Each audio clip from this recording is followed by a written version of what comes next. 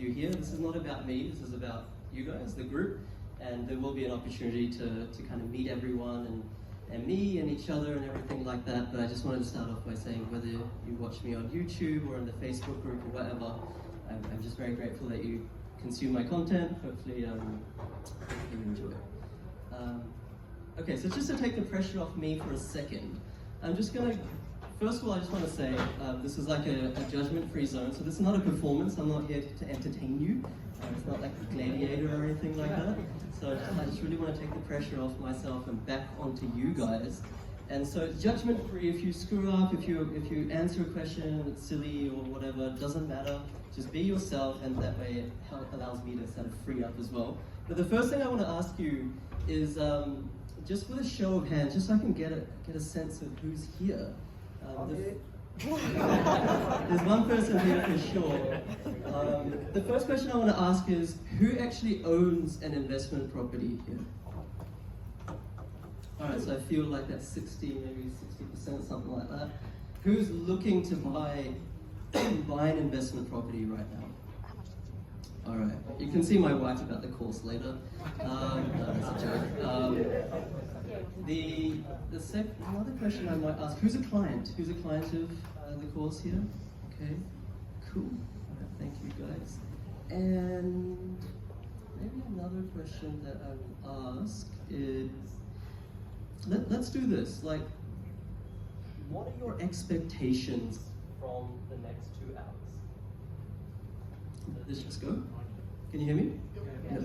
What are your expectations from next? So just raise your arms or raise your hand and just let me know, you've clearly come a long way, whether it's from the sunny coast. Judd here has flown from Perth to be at this event, like when he told me that.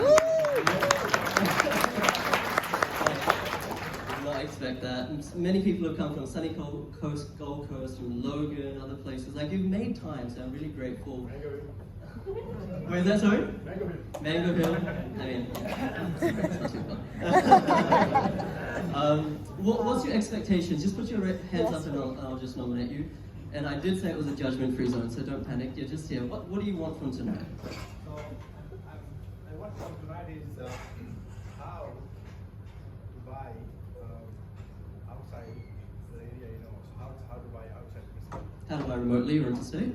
Cool, thank you. Anyone else? What do you expect from the next 2 hours? Well, I just wanted to validate that you're real. Okay.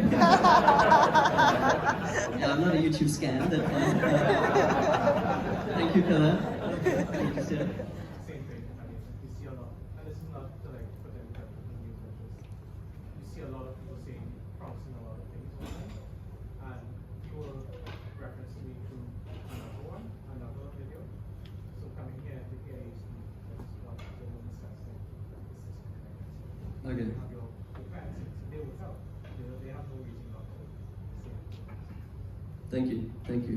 Cool. Thank you for that. Anyone else? Yep, just here. So you always talk about this 25 dark factors. Right. If you can just give them to you? Yeah. Okay. Get your notepad out. All right, so how to buy interstate, people verifying the reality of me, and the data. Anyone else? What do you want from tonight? Yes?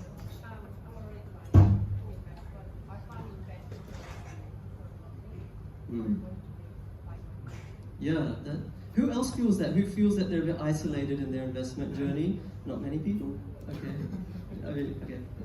Thank you for telling the truth, those of you who did. Anyone else? What do you want?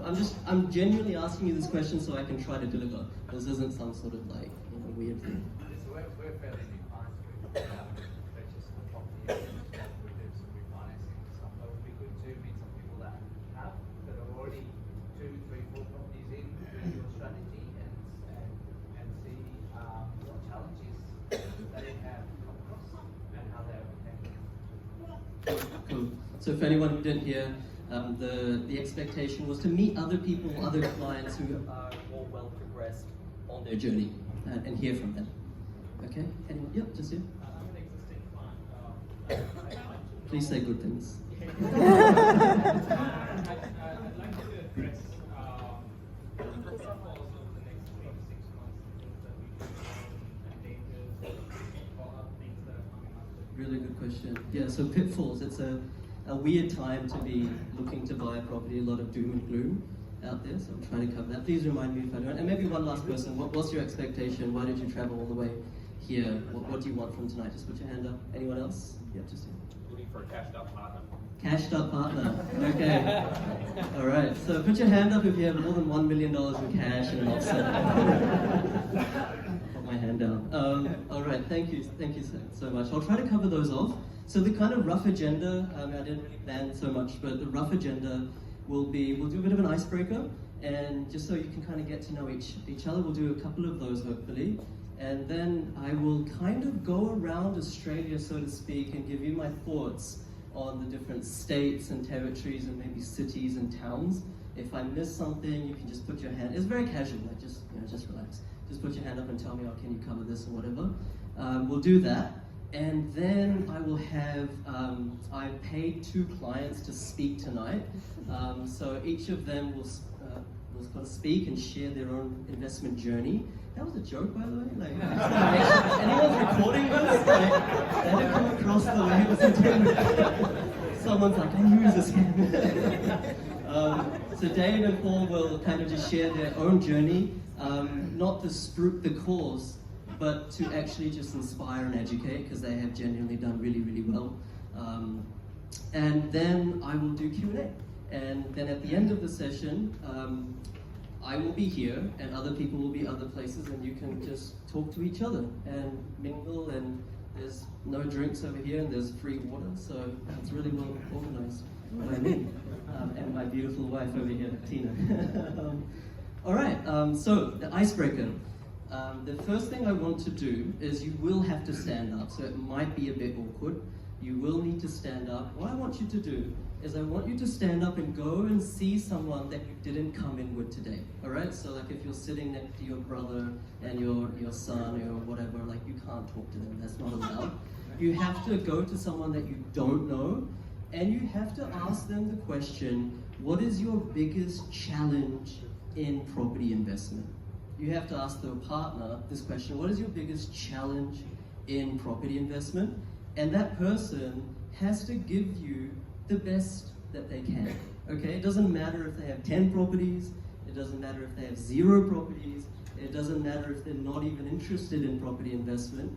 They try to add value in your life on a one-to-one basis, and then you take turns, right? And so then your partner asks, what's your biggest challenge in property investment? And you try to add value back to their life. Is everyone on the same page as me? Are you on the same frequency? So what you will have to do, because it can be a bit awkward, especially if there's not a huge amount of space between the seating, you will need to stand up, and you will need to just jimmy at least a little bit over to someone you don't know. You don't have to make friends with them, like this is not like a date night or anything. And don't talk about garbage, this is not about small talk, no one likes that stuff anyway. Just get straight into it, right? 5-10 minutes, and then I will ask for volunteers of what they suggested to their partner, how they can overcome their challenge in property investing. And if I don't get volunteers, then I will just point at people, and then you will have to how many people are here, like 200? Sorry for everyone who's having to stand, sincere apologies. I'm having to stand as well, so okay. So yeah, that's kind of the deal for the next 5-10 minutes. Is anyone, I just want to be really politically correct, is anyone not comfortable with that? Okay, because the door's that way if you don't. It's a free event, right? So, all right, some people are judging me right now, but this is how it's going to work. 5 minutes, guys, 5-10 minutes, go for it.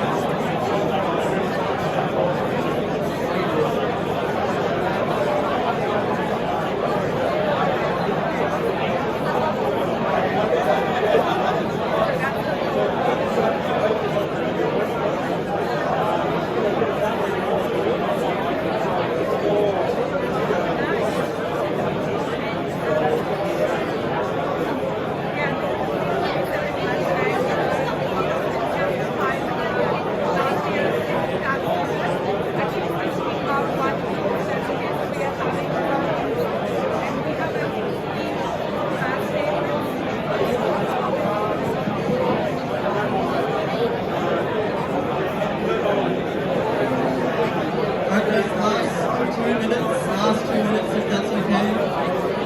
Last 2 minutes.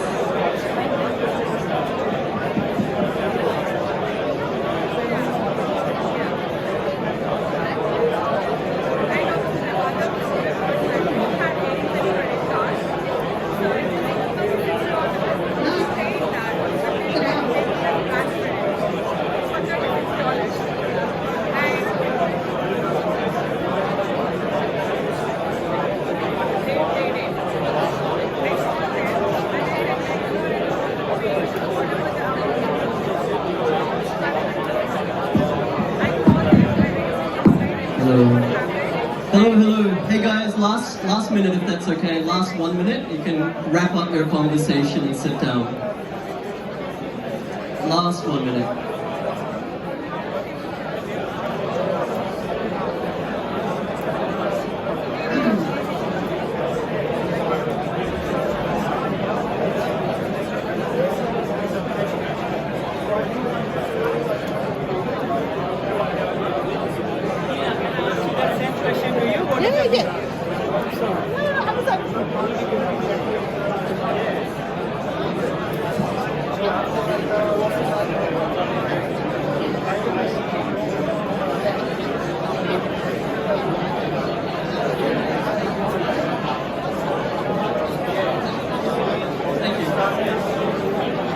Alright guys, if you can take a seat, that would be great. If you can take a seat, that would be fantastic. Thank you so much.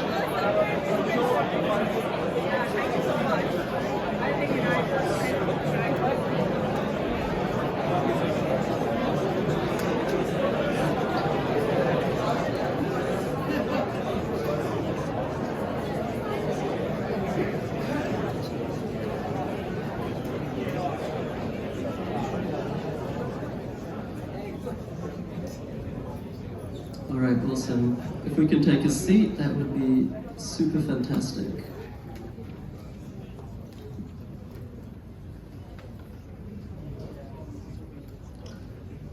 And once again, apologies for anyone who's standing there at the back. Sincere apologies, I did not expect this many people to come.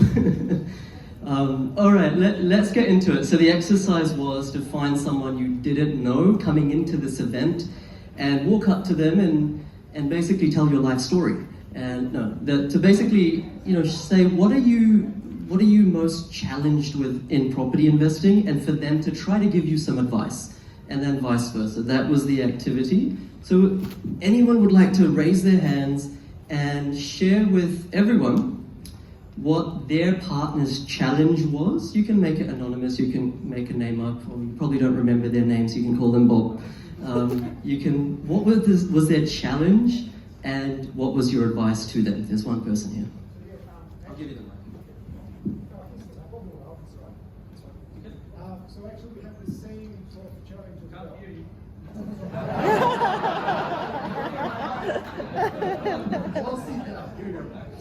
We actually have the same challenge here. We see through the posts on Facebook that most properties that actually that you put on Facebook, they are positive geared, which is great, which is what I believe most of us want. But at the same time, is how can we have that idea of that we're going to buy an older property, that we're not going to get into challenges as in, the whole plumbing system needs to be replaced after you buy it.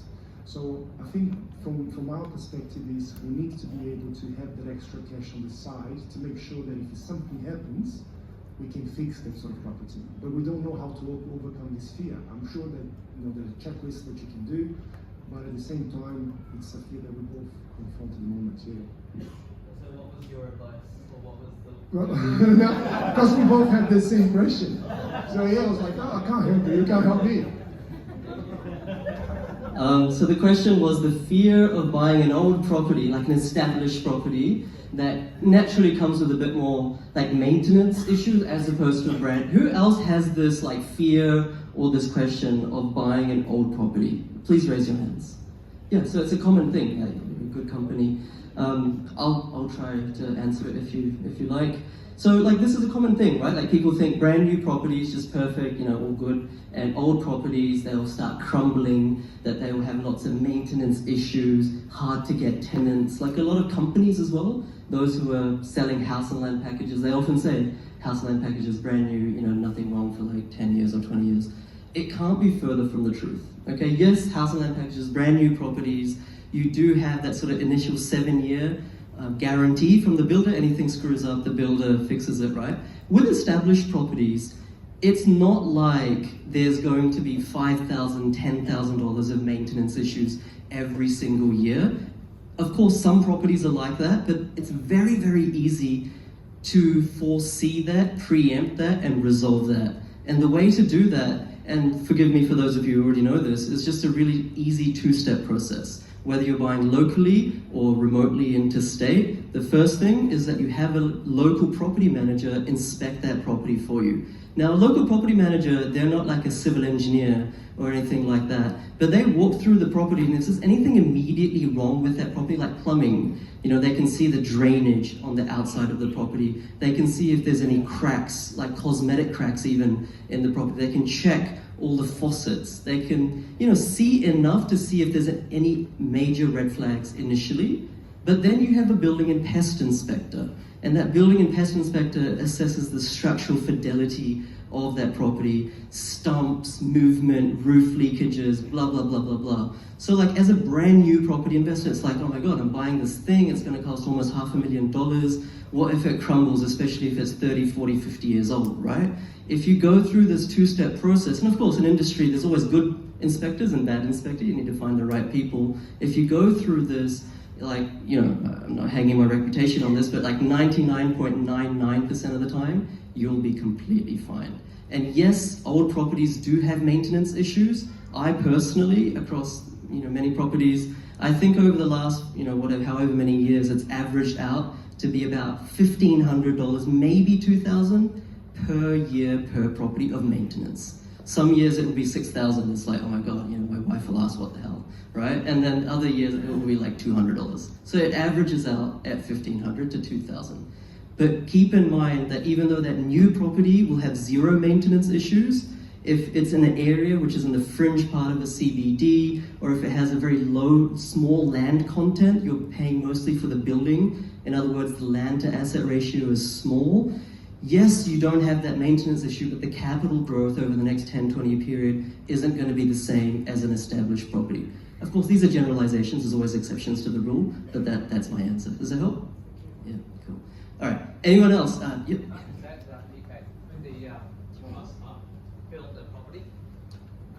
I built a property 13 years ago, and in that time, I've replaced, done the air conditioning condenser, the other thing in the air conditioner, I've done the dishwasher, the oven, the pool filter. I've spent a lot of money on that property on maintenance. Yes, the building itself is all structurally fine, but there's a lot of stuff in there that only has a 12-month warranty. And a lot of modern things you're buying these days, it's like they know the day the warranty expires and boom, it's gone. So I have done that, erred on the safe side, and it hasn't necessarily been the best outcome. Thank you for sharing. Yeah, I appreciate it. The building standards these days are nowhere near what they used to be, like in the 70s, 80s, or even the 60s to some extent. Okay, anyone else, please raise your hand, volunteer.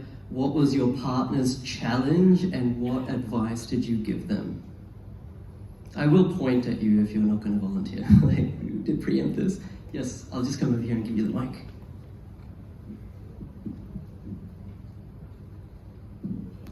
Yeah. Hi.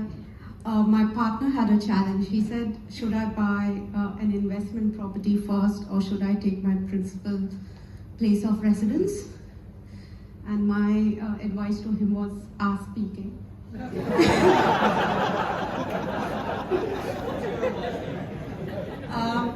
Listening to his story, he's got a business already, so I did tell him that if you've got a business and you're renting, you can claim the business, the rent expense from your business, so that's deductible. and I said you might as well buy an investment property because all of those expenses are tax deductible, and wherever you're living, you're claiming that expense out of your business anyway, so I don't see the point. And he said I'm quite mobile, so I move across countries. Yes, Countries. So he doesn't find the, I think, yes, he's not settled yet. So I think for him, the best advice would be to buy investment currently and not get into a principal place of residence. Thank you very much. No, very well articulated. And if I can just add to that, like another consideration of whether to buy your own home or an investment as well, is just how much of a risk appetite you have. Like there's no right answer, everyone's different, everyone has their own proclivities and risk appetite and emotional drawings and things like that. But the reality is that for the average person, if you buy your own home, then you're paying principal and interest, like that's all you're gonna be doing for the next 30 years, especially the way that house prices are these days. So rent vesting is the opposite of that, where you say, all right, well, I'm not going to be buying my own home. I'm happy to delay that gratification. That's exactly what my wife and I did. And fortunately, it worked out for us. But the whole idea is that you pay interest only to the extent that you can. On investment properties, there's no magic number, like 1, 2, 3, 4, 5, 6, however many over the course of 10, 15 years. And in that time, it's not that property just magically doubles every 7 or 10 years, but if you do your location selection correctly, those properties would have performed well, right? Like over 10, 15 years, a lot of them would have doubled, hopefully even tripled if you've done your location selection correctly. And if you're buying high yield properties, they wouldn't have cost an arm and a leg to hold for that period. And then in 15 years or in 10 years or in 7 years, you can sell 1, 2, 3 of them, a portion of them or all of them, and all of a sudden you've got a kitty in the bank post capital gains tax where you can buy your dream home or your principal place of residence, hopefully with almost all cash. So there's no bad debt, non-deductible debt, or at least that mortgage or debt is significantly reduced. So obviously you have to like personalize all this and it's just general stuff, but like hopefully that gives you a bit more of a color on your good answer as well. Thank you so much. Okay, maybe I'll take 2 more. Another person who wants to share their partner's challenge and what their advice was. And maybe you can just start with introducing your name. Yeah, that would be so great. Hi, Balaji here. So my questions are 2 parts. One is when you said you can use the real estate agent in other states or anywhere, you can.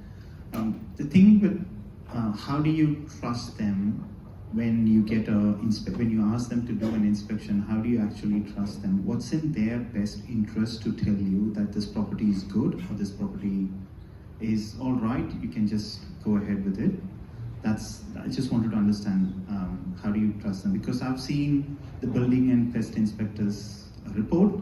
It's not easy to understand what exactly they're actually saying unless you go and physically visit that and then correlate with the report that you see. Okay, now it makes sense because I'm not a builder and he writes a report in a fashion that kind of protects him. So it's very, very tricky. That's what I faced as a challenge. So I just want to know, how do you trust that real estate agent in other state to actually help you find out those mistakes? And my partner's challenge is, in this, no, this is my question. Yeah. So my partner's question is, in this environment, how do we understand how data is pointing to a particular suburb or a state, and how do you narrow down and then pick the right location and the right property? Thank you. It's like puts me on the spot, you know what I mean? All right, so I'm just going to stay here because I'm going to give the mic to Kelly in a second. But I'll take the first question first. Can you hear me? It's kind of weird to sit in the middle here. But the first question was, how can we trust the property manager to do the inspection for us? Like, that was the question, right? The short answer is you just can't. And Kelly will be like, why, that's not the right answer. But that's honestly the answer. You know, like any profession, there's good professionals And then there's bad professionals, ones who are competent and those who are less than competent, ones you can trust and ones that you can't trust. But if you can find a property manager that is trustworthy and is competent, then you yourself are I often say it like this, you're the conductor. In a symphony you have a conductor and all the musicians play their thing. Now you need to know enough about each of the instruments to be able to conduct that symphony so that there's a melodious, harmonious, I think that's a word, kind of output or result. So we need to know enough about what makes a good property manager and have a checklist for them. For example, a clear one is like, there shouldn't be more than 300 properties that each individual property manager manages, because it's like, they've got no time to do a good job. There's so many things like that. And then you also need to know what due diligence items they need to do, right? So you can ask them to do it and hold them to account. Okay, and I'll get to the building and pest inspector thing shortly, but I've actually planted someone in the audience. I haven't really, but Kelly here is a property manager from Toowoomba, and I was thinking, if a question like this comes, I'll just give the mic to her. She's a property manager in Toowoomba, and I think my clients would have bought more than 60, 70, 80 properties in Toowoomba over the last probably 18 months or something like that, 18 months to 2 years. And Kelly has, first of all, come all the way from Toowoomba just to be with us, so thank you for that, Kelly. And I thought, just hearing it straight from the horse's mouth might be interesting, because we can see if she's a good property manager or not. Thanks, PK. So my name's Kelly. I work for Rain and Horn in Toowoomba. We've been very fortunate to work with a number of PK's investor clients, all of which have already achieved some really positive outcomes in our local marketplace. So much so that we started to introduce a specialised service called an investor support service. So it's pretty much all the work that a buyer's agent usually would do, but you don't pay us the thousands of dollars to do that. So one of the first things that we do once we do introduce or receive an introduction to a client or an investor, and bearing in mind we are working a lot at the moment with interstate investors, so we're very focused on communication and support and establishing those really trustful relationships early on. So once we identify our new client and obviously what their strategy is and what their data points are, and ultimately what they're looking for an investment opportunity, what I do is I liaise with any other sales agency in Toowoomba. Because I am so active in the Toowoomba market, I've also been really lucky to establish those relationships with a lot of other selling agents, so much so now that even if a sales agent with another agency has got a good opportunity, they'll email me the property details, off-market opportunities, which are so few and far between, especially in markets like Toowoomba, because I already have a database of investor clients ready to make a move on those properties. And these clients, such as yourself, such as those clients that have already been privileged enough to go through PK's course, they're educated, they're focused, they've got their ducks in a row as such, and really my role from that stage is to support and guide them into making that appropriate investment opportunity decision. So we go out and we do either Zoom or FaceTime or WhatsApp videos. So our clients definitely feel part of that process. So there's no room to hide. Unlike selling agents, which we have found in the past, go through and do like a video of a property, they are not going to highlight the same maintenance issues that I pick up when I go out and do my property assessment. So that's exactly what we're doing. We're setting our clients up for success right from the beginning. We're undertaking that necessary due diligence to make sure that you're not coming away with a dud. We're saving our clients unnecessary hundreds of dollars with building inspections in a lot of circumstances, because I might go out and have a look through a property and I might come back and say, look, it's no good for this reason, this reason, this reason. I'm not a builder, but I've been working in property and property investment for close to 20 years. So I know the sort of things to look out for, and it's in our best interest, absolutely, to make sure that our clients are coming away with good opportunities, not ones that are going to, you're going to have to keep digging into your pockets for. So the video walkthroughs, from that point we establish rental assessments. We make sure that you're looking at purchasing property away from high housing commission areas. And that's another thing, you need a local agent on the ground that has that knowledge of those suburbs where there is potential for good growth, and also those streets. It can, honestly sometimes just be narrowed down by not this one, but this one. The surrounding properties also comes into consideration, because you don't want to be buying in a street, if your neighbouring properties just, look like they're all run down and is not going to appeal and achieve you that strong capital growth into the future. So we do the videos, we do the assessment, the rental appraisal. I put together as well a list of recommendations. So for those properties that are a little bit more run down, that do need some cosmetic improvements, we can put together a cost analysis of what recommendations are required on the property. So both from a maintenance perspective, as well as, obviously value adding improvements as well. So, it all helps to guide our clients to make a good purchasing decision.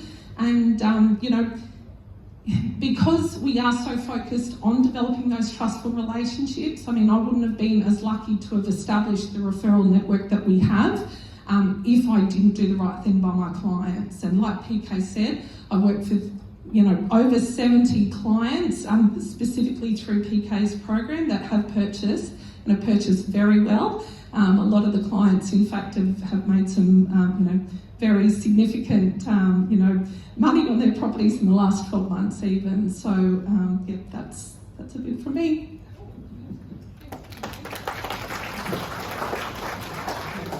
Thanks very much, Kelly. And Kelly is brilliant, obviously, as you've just heard. But it's not like she's the only property manager in Australia that does that. And this is like my constant point, again and again and again. You can find someone like Kelly, whether it's in Toowoomba, or whether it's in Perth or Adelaide, anywhere. You just don't need that buyer's agent, right? I'm sorry, I'm kind of going on about that for a second. But you have that local intel. It's not that we just use data. Data's fantastic. It gets us down to the suburb and the sort of intra-suburb, locality. But then you do need someone to validate and, say, all right, well, there's like this part of the street looks a bit sus. You probably don't want to buy there. That local intel can only be gleaned through a property manager. You can absolutely trust good property managers, and you absolutely cannot trust not so good property managers. Okay, so, and I did not pay. I don't get any referrals, right, from property managers. That they literally just do this for free. Like when I figured this out, and I've done videos on this. Like when I figured this out, I was like, what? Like they're just gonna do this stuff for free? And it's like, what's their motive? Like, what are they getting out of it? Well, they're getting the next 20 years of property management out of it. So the skeptic amongst you guys will be like, well, they do have a conflict of interest. They're just going to say, buy this property because they're going to get 20 years of property manager income out of it. But then if they're telling a lie and they're saying, oh, then there's no maintenance issues, but there actually is, it's going to come out in the wash, maybe not this year or next year, but in 5 years and 7 years and 10 years, right? So it's so... I just feel it's a no-brainer, right? On your building and pest inspector point, it's a very similar thing. Like I always tell my clients, get on the phone with a building and pest inspector after they send you that report, because I can't read that report. You need to be an engineer to read that report, right?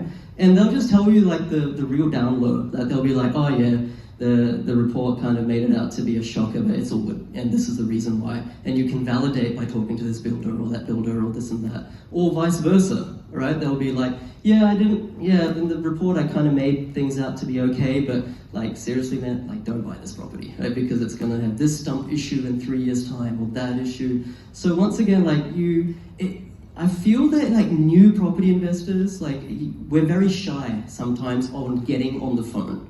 Right? Please raise your hand if you're shy to get on the phone and talk to either real estate agents, not buyer's agents, property managers, or building and pest inspectors. Please raise your hand. This is a serious activity. right? It's a fact, but if you just pick that thing up and ask, like you get, right? The more you ask, the more you get. You don't need to travel to the location. Like, I've never even been to Toowoomba. I always wanted to go to the flower festival and it never quite worked out. Like, but like seriously, sorry, I'm going on. One last person. What was your challenge? Anyone like to volunteer? And okay, right here. And your solution, or your partner's solution. We didn't get to the solution, but I'll share the challenge. So first thing was to getting into the property. So deposit is significant. So it's not something which is easily you can come up with the deposit. The second thing was that the opportunity cost, that if you take a wrong decision, then like if you buy a wrong car, it's easily replaceable. If you have those other things wherein you make a mistake, it's easily corrected. But if you do it in property, it's at times difficult. And the other thing was that you don't get, so as we all know that there's only 1% of the investor group wherein they own more than 1 or 2 properties, right? So in that case, the population is not that much wherein you can share those things, like what she rightly mentioned, that your community is not that wide, and even if it is there, they're not approachable at times. So those were the challenges. And the solution, like, it's the education, what you rightly say, that the education can overcome those limitations. Like, you make those decisions, but then if you've got data to back it up, then you can think that, okay, you've taken a wise decision. Otherwise, there's always a limbo whether the decision was right or not. So. Yeah, no, great point. So the 2 points summarized was that fear of making a mistake. Like, everyone has that fear, right? I still have that fear on like the 13th property or whatever. It's like a natural thing. And the lack of community. And so I feel, and I hope you guys are getting the vibe that this is not like a property seminar. Like, I hope you're getting that vibe. I'm not here to sell you anything. But I feel that is why people make mistakes, because you see those YouTube ads, you see those Facebook ads, and you know the people are trying to sell you something, right? I'm not trying to sell stuff as well, but they're trying to sell you a property. And most of these people are trying to sell you a house and land package. You know, maybe a lot of you are very well educated, so you can see through some of that marketing, but the reality is that the 80-20 rule, 80% of investors in Australia really don't know what they're doing, because all they're doing is consuming content that is designed to sell them something on the other end of that content, on the other side or behind that content. That is the reason they make mistakes. But if you just, even free education, I can't tell you how many people DM me and they say, I bought this property, I didn't do your course, but I just followed like YouTube and this and that, and I made a great decision. Right? So you don't have to do the course. I probably shouldn't be saying this, but like you don't have to. You just need education. It's education that's the most important thing, and that can get you over that fear. All right. So what I want to do next, and I wanted to kind of go around Australia and give you my thoughts, state by state, town by town, you know, on where to invest and things like that. But before we do that, I thought we might have one more breakout activity. Hopefully, you guys are still kind of in the mood to do that. And this time, I would like you to please get up and go to another person, someone you didn't speak to last time. Don't come talk to me, like, I don't count. There's like 10 people came to me. Go find someone else that you didn't talk to, right? And you didn't come in with you, like, you know, this is like kind of scary stuff, right? Someone you don't know, and ask them 2 questions. The first question is it a good time to buy right now? Like, everyone wants to know, right? Good time to buy or not? Wait 6 months, wait 12 months. For the last, doing this thing for like 12 years, every single month of every single year, for the last 12 years, people think that it's not a good time to buy property. But I don't want to, like, you know, preface or influence or bias your answers. Ask your partner, is it a good time to buy? And if so, where? Okay? And then your partner can ask you, hey, Daniel, or whatever, is it a good time to buy and where? Okay? And then basically I'll just crowdsource those answers and that'll be my answer. So it'll be, I'm into property, I'm not a comedian. So do that, and I'll give you 5 or 10 minutes, and then I'll genuinely go around myself and sort of articulate my thoughts. Is that okay? Anyone uncomfortable with that? Okay. Can just before we start, can I just get some energy? Just say yes. Yes. All right. Good.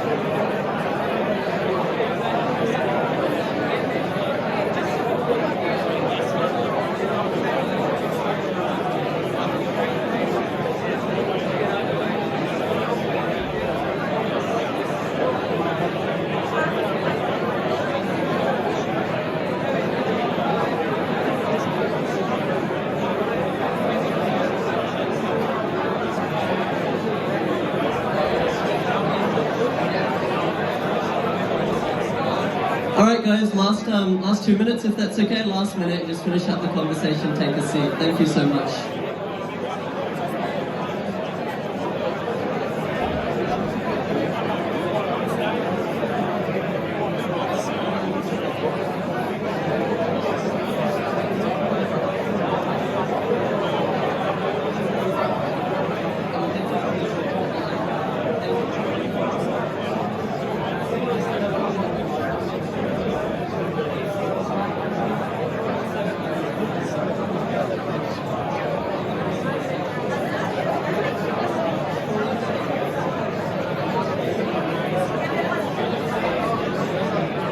All right, guys, let's take a seat, please.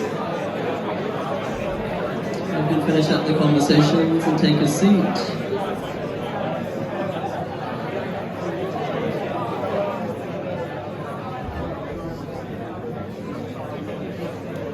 All right.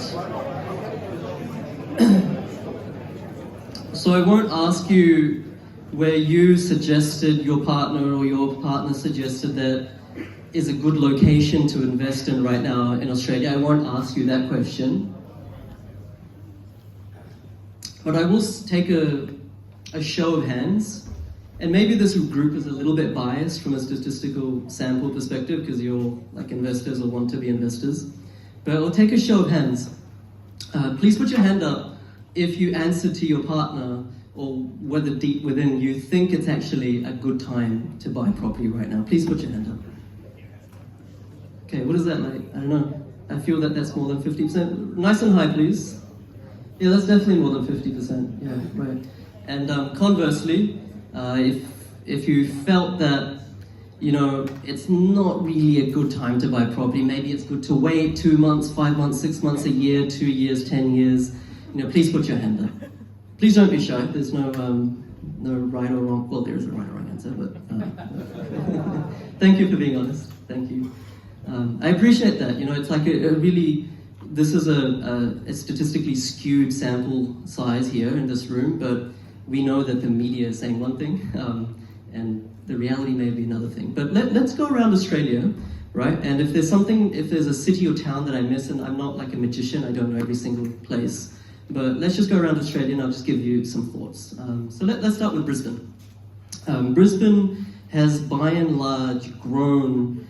See, the thing in Brisbane was that it had the second highest population rise between 2010 and 2020. Second highest population rise amongst any city in Australia, yet freestanding houses only rose by, I think it was like 18%. It's just a statistic that's kind of lodged itself in my mind because it's so poor. Right? And we're from Brisbane, we know it, right? Like everyone expected Brisbane to rise, but it didn't. And even at the start of COVID, it kind of languished. And really it was like, honest to God, it was like from August or September last year to about March this year, it literally rose, and I'm talking city level here, right? It rose like 35%. That's really what's happened. It's kind of caught up by, you know, from all the kind of lazy growth that it had in the last 10 years. Is it a good time to buy in Brisbane right now? My thoughts are irrelevant. That's the first thing I'll say. Don't listen to me. I'm just one person amongst 25 million experts in property in Australia. I'm really inconsequential. But what the data is suggesting is that predominantly speaking, and I'm talking from a short-term horizon here, maybe I'll just create a bit of a preamble. Everywhere in Australia over a 15, 20, 25 year period basically performs the same. Okay? So if you just want to buy one property, you're like, I just want to hand it down to the kids. I don't really care about anything. Like, you don't really need to be here, right? You can just buy anything almost. But when we talk property investing, we need short-term growth. Why do we need short-term growth? Other than the fact that we can boast about it at barbecues. We need it so that we can draw equity and buy another one, right? Seems like a very capitalistic mindset, and it is, right? We live in a capitalistic country and world. But that's kind of like the 101 property investing. So when someone says, oh, hey, population is rising in an area, or in 5 years' time they're going to make a university or have a train station or this and that, all of a sudden you know that that's just kind of like garbage, because a lot of those things take 2, 3, 4, 5, 6, 7 years to happen, But we need short-term growth because we need that thing to go up. We need to go to the bank or through a broker to refinance it to be able to buy another property. I mean, for those of you who want to build large portfolios, not because we want to be slumlords, right? But just because we want to take care of our family in the future. And by large, I mean like 3, 4, 5 properties. We're not like, some Donald Trump or anything. Like, we just want to be like good property investors. You need that short-term growth. And just to prove that point, there's always exceptions, but just to prove that point, right? Who's heard of that the Petrie University, the new university that's, I think, was it Central Sunshine Coast? Something university, yeah, I forget the name of it. Like, people had been spruiking that thing to like God knows how much. And it opened up, when was it, 2018? Something, 2019, a couple of years ago. Did Petrie experience remarkable growth leading up to the university open? No. Did Petrie experience remarkable growth after the university opened, like a year and a half after? No.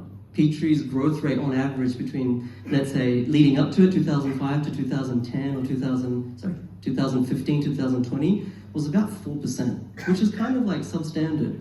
So I mean, I can pick a random example of this and prove my point, but the fact is that there's hundreds of examples of it. Even in Sydney, they had a new train station, Bella Vista, really nice area.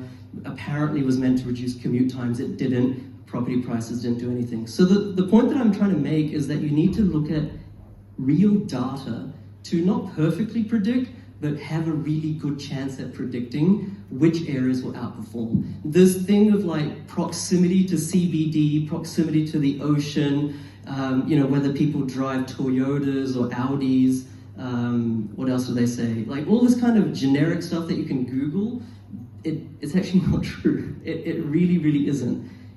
Does it help? Yes. But does it guarantee any shift of the dial in capital growth? No. So we need to look at real data, and I think a gentleman asked before, what is the type of data that we look at? Like, it's no secret. It's not that I'm the only person who knows about this data. It's like, my clients are probably like, please don't tell anyone. But it's like, it's like days on market trends. It's like stock on market, which is a really good supply side metric. How much stock is there on market on a percentage basis relative to the total dwellings in the suburb? Things like job advertisement trends, like are job ads in the last 5 years going like that, or are they steadily increasing? Is there some pressure being built in that area? Things like building approvals. People don't focus enough time on the supply side of things. If demand is rocketing along and there's a new Woolies or Bunnings going in, people are like, oh yeah, that's probably a good area to buy, right? But if they're equally building another 500 or 1,000 homes within a 5-kilometer radius of that area, then Bunnings demand increases, but supply increases disproportionately, prices don't go up. Okay, this is kind of just like 101 property investing over the long term. In the last sort of 18 months, because of COVID, it's hard to sort of decipher whether it's true or not, because everything's gone up, right? And so coming back to the point, that was a super long-winded way of answering if Brisbane or not. Like, Brisbane has gone up a lot, freestanding houses, and we can't predict the future, but the biggest enemy of future capital growth is previous capital growth, right? And a lot of you might be thinking like, well, I want to have seen past capital growth because that means that suburb is good, that city is good, that there's surety of future capital growth. It's actually the opposite. Because suburbs and LGAs and SA3s, they can't continuously outperform the average over the long term. There's something called regression to the mean. Ultimately, property in Australia will, historically, always reverse back or regress back to about 6.5%, 7% long-term capital growth. So in Brisbane, when we've seen like 40%, I mean, I don't know where you guys live, but like where I live, it's gone up like 60%, like literally in the last 18 months. This is stupid, right? That can't go on. So that's why for my clients, and for those of you who are my clients, you'll know that I talk about this a lot in the mentoring calls, we say a blanket no to all freestanding houses in Brisbane right now, right? That doesn't mean that Brisbane is a wrong place to invest for super long term, but once again, we want short-term capital growth. That is the name of the game. Positive cash flow we want as well, high yield we want as well, but really growth is the engine, the cash flow, the yield is the oil. Right? We need that engine to really take our car forward. The oil is like a a necessary accessory, and I'll kind of come to why I think about that in the future as well. Townhouses are really, really interesting in Brisbane right now. Places, I was in realestate.com, I think they featured me, Rupert Murdoch, for all his glories, he does feature me every now and then. I mentioned, places like Clayfield, like Northgate, like Tagum, these places, there's like this record divergence between townhouses and houses. Like in Northgate, I think you can buy, don't quote me on this because I'm on stage here and I'm feeling the pressure, but I think you can buy a townhouse for like under $500,000, whereas a house in Northgate is $1 million. That 500K or 100% divergence has never existed before. So it has to close, right? It has to close. So Brisbane is a good time to buy in Brisbane, definitely, but only in select suburbs, much like I've already mentioned. I'm very bullish on the north side, mostly in townhouses. That doesn't mean units or anything like that. And you will see, the media and official statistics as well say that units are increasing in places like West End, Newstead, New Farm, inner CBD type areas, Bowen Hills, places like that. They will go up, but what will happen is that there's a developer's cycle. As those price of units go up, just like you guys will remember, right? Back in 2015, 16, 17, there's like 1 million cranes across the Brisbane CBD and inner suburbs. That will happen again. And therefore prices will shallow out, rents will shallow out. So we want to be careful of investing in areas that are, sort of up and down, that are swayed easily by building approval pipelines. So units are out in the CBD areas. So that's kind of my thoughts on Brisbane. Was that useful? Yeah? Do you want me to go around other cities like that? Yeah. Okay, I'm just trying to gauge. It's very hard to read the audience. All right, let's, I'll take questions later if that's okay, thank you. Let's do Sydney, and then I'll kind of come to some regional areas if you want. Sydney. So I was on record on YouTube for saying, I think it was 9 months ago or 10 months ago, that Sydney is not a buy anymore. You can go watch that video yourself. Sydney has done incredibly well, and in the long term, Sydney is fantastic, but it has grown too much. So this is kind of like the common theme that is occurring across much of Australia. Where there is too much growth, there is unlikely to be consistent growth. So if you take a chart, like let's say you're in 2016 or 17, and you just made $1 million of equity in Sydney, which you would have, because they just come out of boom. And you're like, oh, Sydney, that's where all the jobs are, right? Like that's where all the population goes, all the immigrants go, world city, blah, blah, blah, blah, blah, blah. In the last 5 years, Brisbane has outperformed Sydney, all right? So once again, the point that I'm trying to make is that the size of the city doesn't determine how well it performs. Sydney has performed really well, not as well as Brisbane, but it has performed too well in a lot of sense, according to its affordability levels in the last 2 years. And so, one sort of side point that's just coming to me now is that this is a little bit technical, so please bear with me. LVR, loan to value ratio. Okay, of your purchase price of the property, how much percentage loan do you have? The people with the highest LVRs, or the people who have the most debt, everyone goes on about how Australia is an indebted country, and that's so true. Australia has the second highest debt to GDP, like we're floating in debt. That's like ABS data, I think. That's the truth. But the people who have the most debt, the highest LVRs, are those on a high income. That is from the RBA, right? So those people who, let's say household income is 250, 300, 350, 400, many of you are here. Those are the people who have the highest LVRs. Those are the people who are most leveraged. And those are the people, interestingly, as opposed to what news.com.au is sharing with a struggling single mom living in the western suburbs or whatever. I mean, empathetic, and there's always people like that as well. But on an aggregate, it's the wealthy who are going to struggle in Australia in the next 1 or 2 years. So what does that tell us?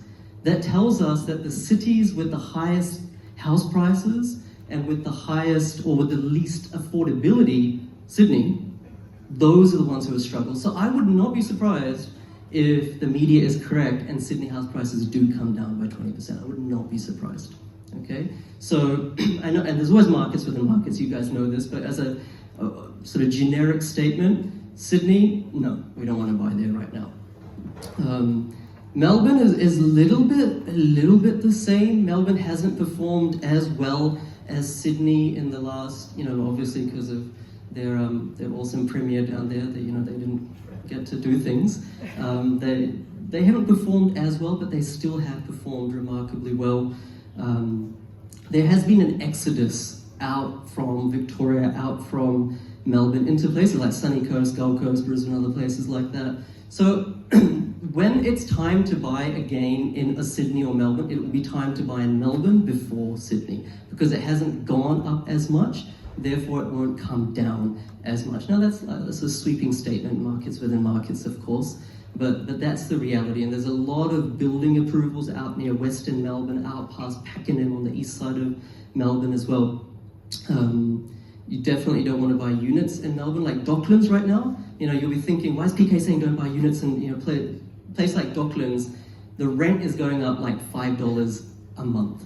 That is how much rental demand there is for a unit in Docklands, and a lot of those are owned by overseas investors and they're empty, which is contributing to the problem. And prices are going up. But once again, back to the developers cycle. In 2 or 3 years' time, when building prices come down, things just chill out. Shanghai opens up, supply chains start to smooth out, everything is ironed out. That there's going to be all these developers on the side that are going to rush into the market, build high-rises in places like Docklands and other places, South Bank, South Melbourne, and once again there's going to be new towers and huge supply story, and prices will, if not come down, they'll kind of plateau for a long time again, just like what happened in Brisbane from about 2015 to 18 or 19-ish. So Melbourne, we're not putting our money here. I can tell you no client of mine is buying in Melbourne or Sydney right now. Okay? That's kind of, once again, sweeping statement. What should I go to next? Adelaide. Adelaide is super, super interesting. I love Adelaide as a case study because back in 2019, I was having to convince people to buy in Adelaide. The story goes that, Adelaide hasn't grown in the last 10 years. Why will it grow now, right?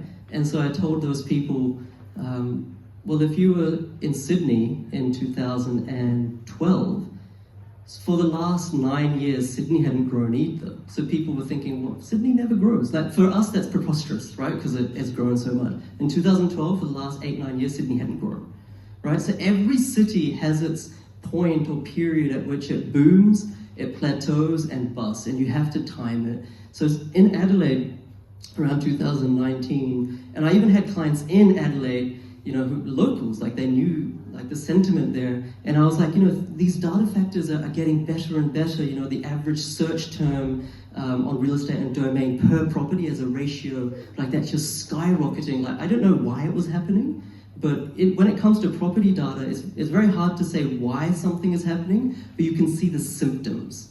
So I often use this example of a pressure cooker.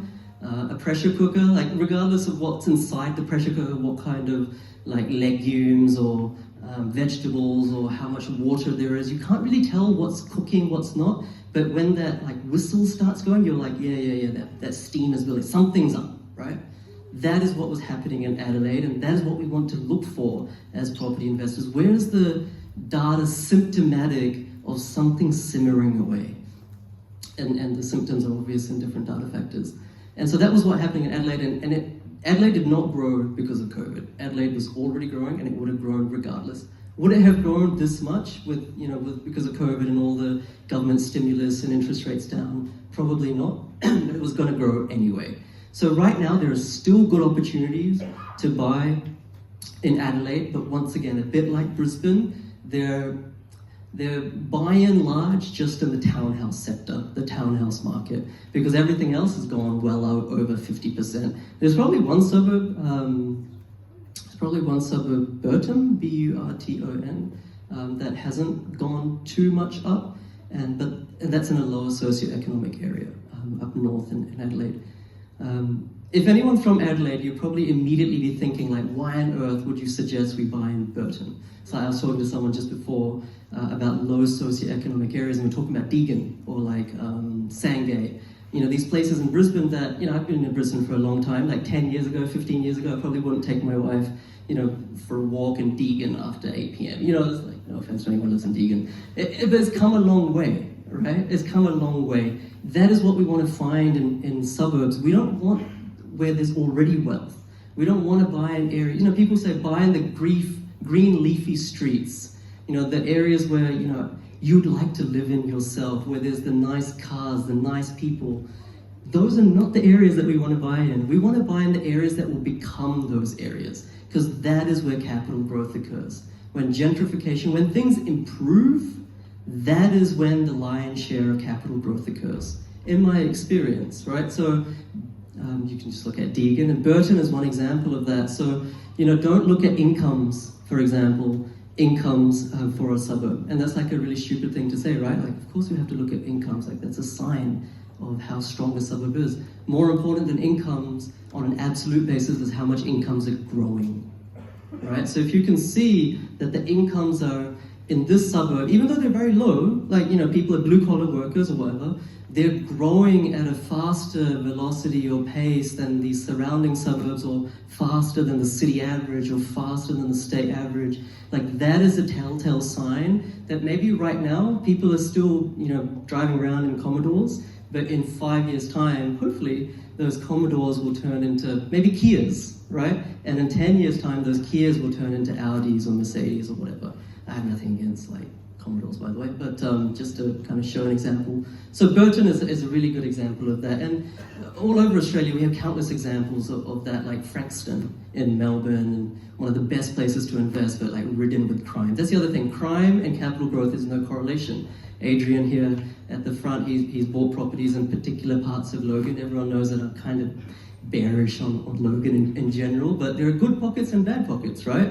And his property has probably gone up 50% or something like that, 30, 40, 50% in just 1 year. But is it a crime? Is there crime? Yes.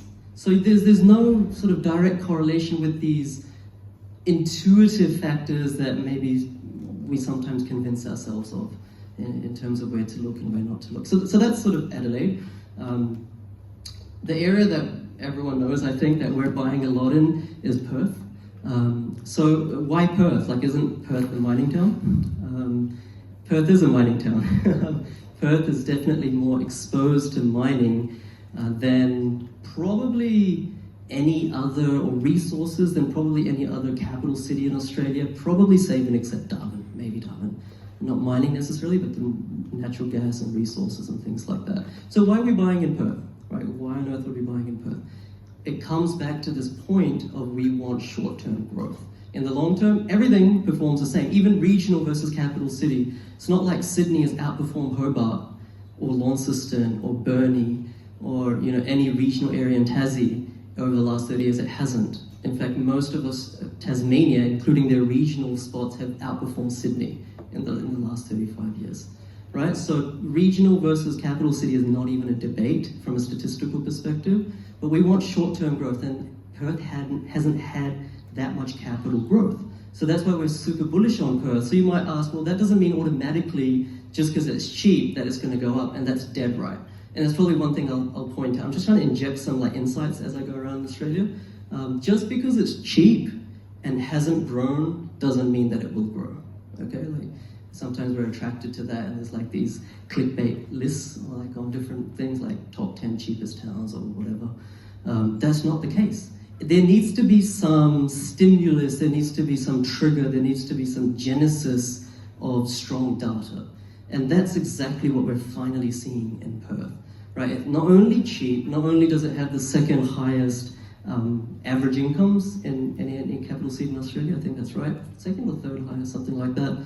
But there's data strength. So right now, I was talking to someone else before, you look at headline statistics, CoreLogic, right? You'll see that Sydney is dropping, Brisbane is dropping, Melbourne is dropping, Adelaide is flat, Perth is flat. I can tell you, Perth is not flat, all right? Suburbs within suburbs. There are areas in Perth, and I'm happy to talk about them, like Rockingham City Council, Rockingham LGA. We started buying there sort of early to mid last year, and we kind of stopped buying there this year. Warnbro, Waikiki, Rockingham itself, Coolingga. these are some suburbs where probably our clients, and I don't want to take credit, like a lot of good investors, whether or not they're my clients, have bought there. They've bought for like 250 to 300 to 350, and those prices in the last 12 months, if not even less in some instances, have gone up 100 or 120, 130, $140,000, right? And once again, I'm not sort of talking about myself here, but these yields were like 6% back then, 6.5%. And it's not just because it's close to the ocean, for anyone who knows their geography over in WA. It's because the data stacked up super well. And so, was it a good idea to buy in the Rockingham City Council 3 years ago? No. Right? No, it was just as cheap. So if your thesis is, if it's cheap and yields are high, I should buy there, there's a wrong thesis. We need to find that data instigation. And then there's northern parts of Perth, and when I talk about Perth, I'm talking sub $700,000. When it comes to property investing, generally speaking, you want to keep under $700,000. What's the reason for that? The reason is that even if you can spend more, you want to diversify. You don't want to buy $1 million, $1.5 million property. You want to buy 2 or 3 in that so you can diversify, hedge your risk.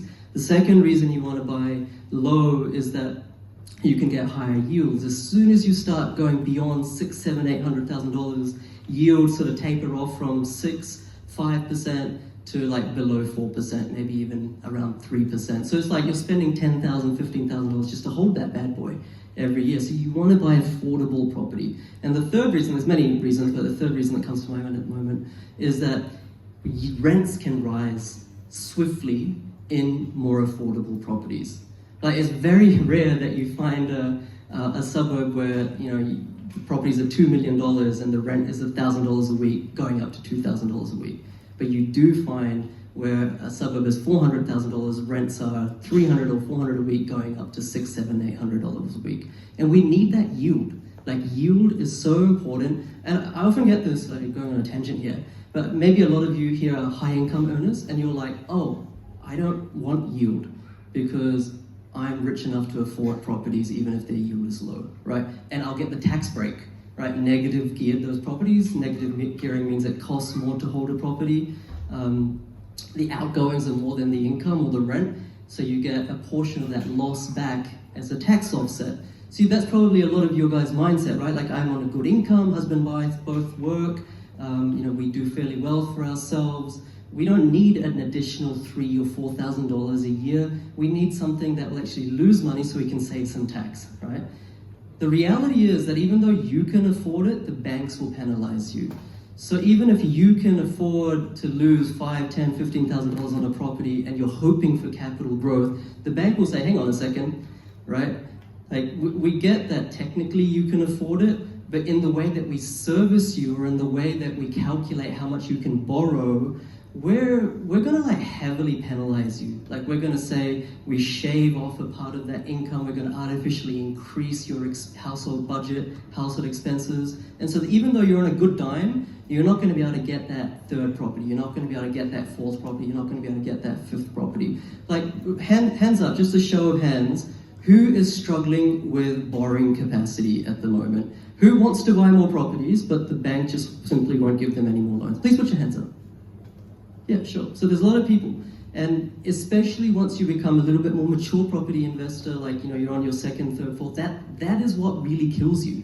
And then you think, oh, I wish I didn't buy that apartment that was net yielding me a negatively geared property as my first property. I wish I didn't buy that house and land package, even though there's very little maintenance maybe in the initial period. It's costing more on a pre-tax basis to hold than what the bank wants. Like, you have these regrets. That's why from your first property, you want as high yield as possible, and you don't want to make that, you don't need to make that trade-off between growth and yield. Sorry, I'm getting sidetracked, and I'll come to questions in a second as well. So that's my thoughts on Perth. Perth, kind of anything from, whether it's north or south, from let's say 7 Ks from the CBD to about 20 Ks from the CBD, there's a lot of data strength. There's a lot of suburbs that are super, super interesting. And in a second, I'll have Paul share his story and perhaps maybe we can share where you bought, but yeah, we can sort of help paint a picture for everyone. But that's my thoughts on Perth. Perth is not like Brisbane. It's not just all going to go up. It's very patchy, so you have to be a little bit careful.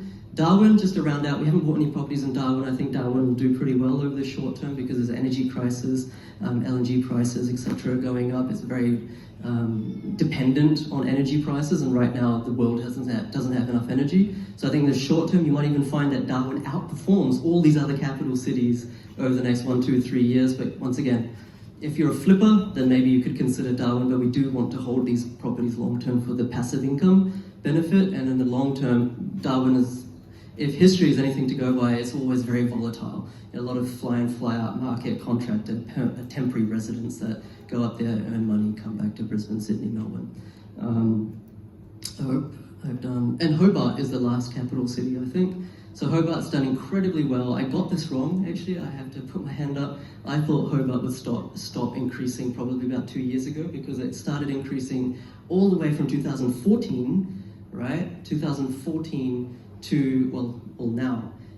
Before COVID, I thought, it's like the locals can't even buy a property there, even if they wanted to. It's like the affordability is just crazy, and it was just out of hand. And a lot of that was because Melbourne people downsizing, they're selling their place in Toorak and Hawthorn and Albert Park, bringing millions of dollars into and artificially increasing the prices of Hobart Launceston property, completely outbidding the locals. So that wasn't sustainable because ultimately the strength of a property market has to be buoyed by the local residents, not just foreign or interstate money.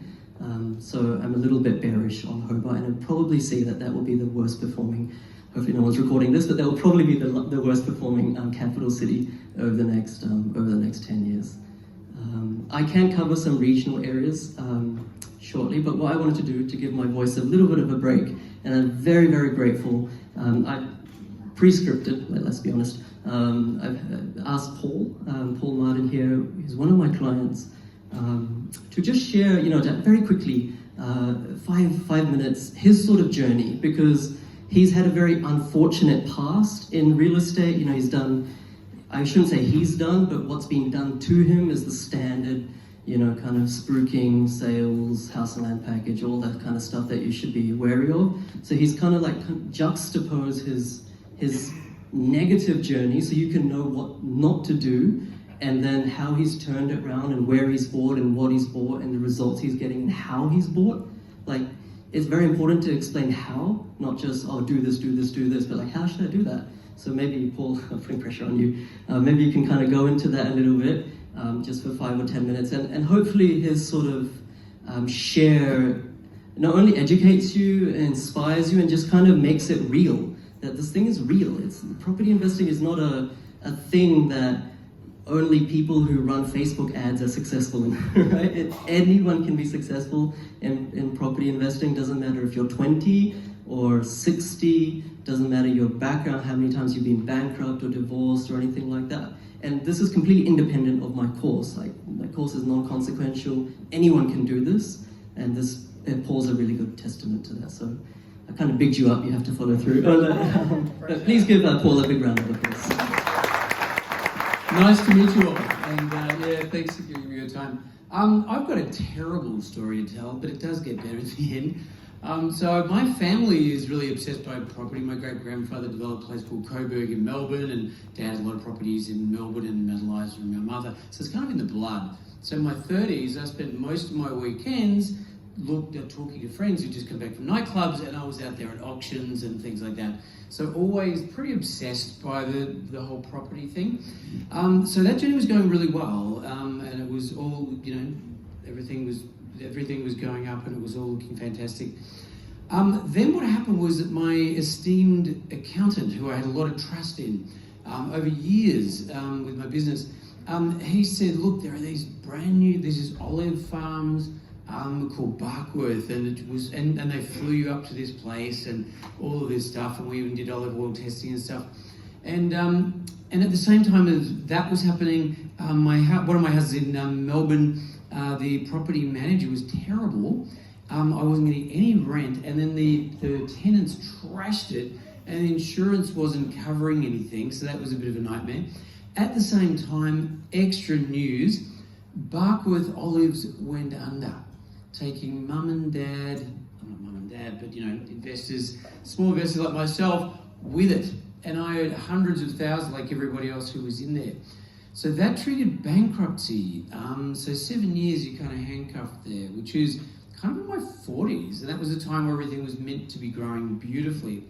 So in the background, I'd been developing this business for 25 years, and introduced a friend of mine into the business. And I went to lots of different seminars and coaching groups, and it was looking like it was just to become a very successful business. Invited a good friend, gradually took it over. I won't go into details, but just before it was profitable, I no longer was with that business. Stories I can't talk about. And he just sold it 2 weeks ago for a lot of money. So then, with all of that happening, my partner and I, a number of years ago, thought, okay, there are these really cheap properties in America. Junk properties, 14 grand. Amazing capital, not capital growth, there was no capital growth, there still isn't, but huge amount of money coming in because everyone rents. In, Ohio, Toledo, that's right. We had a lot of these properties, plus in Peru, a lot of properties.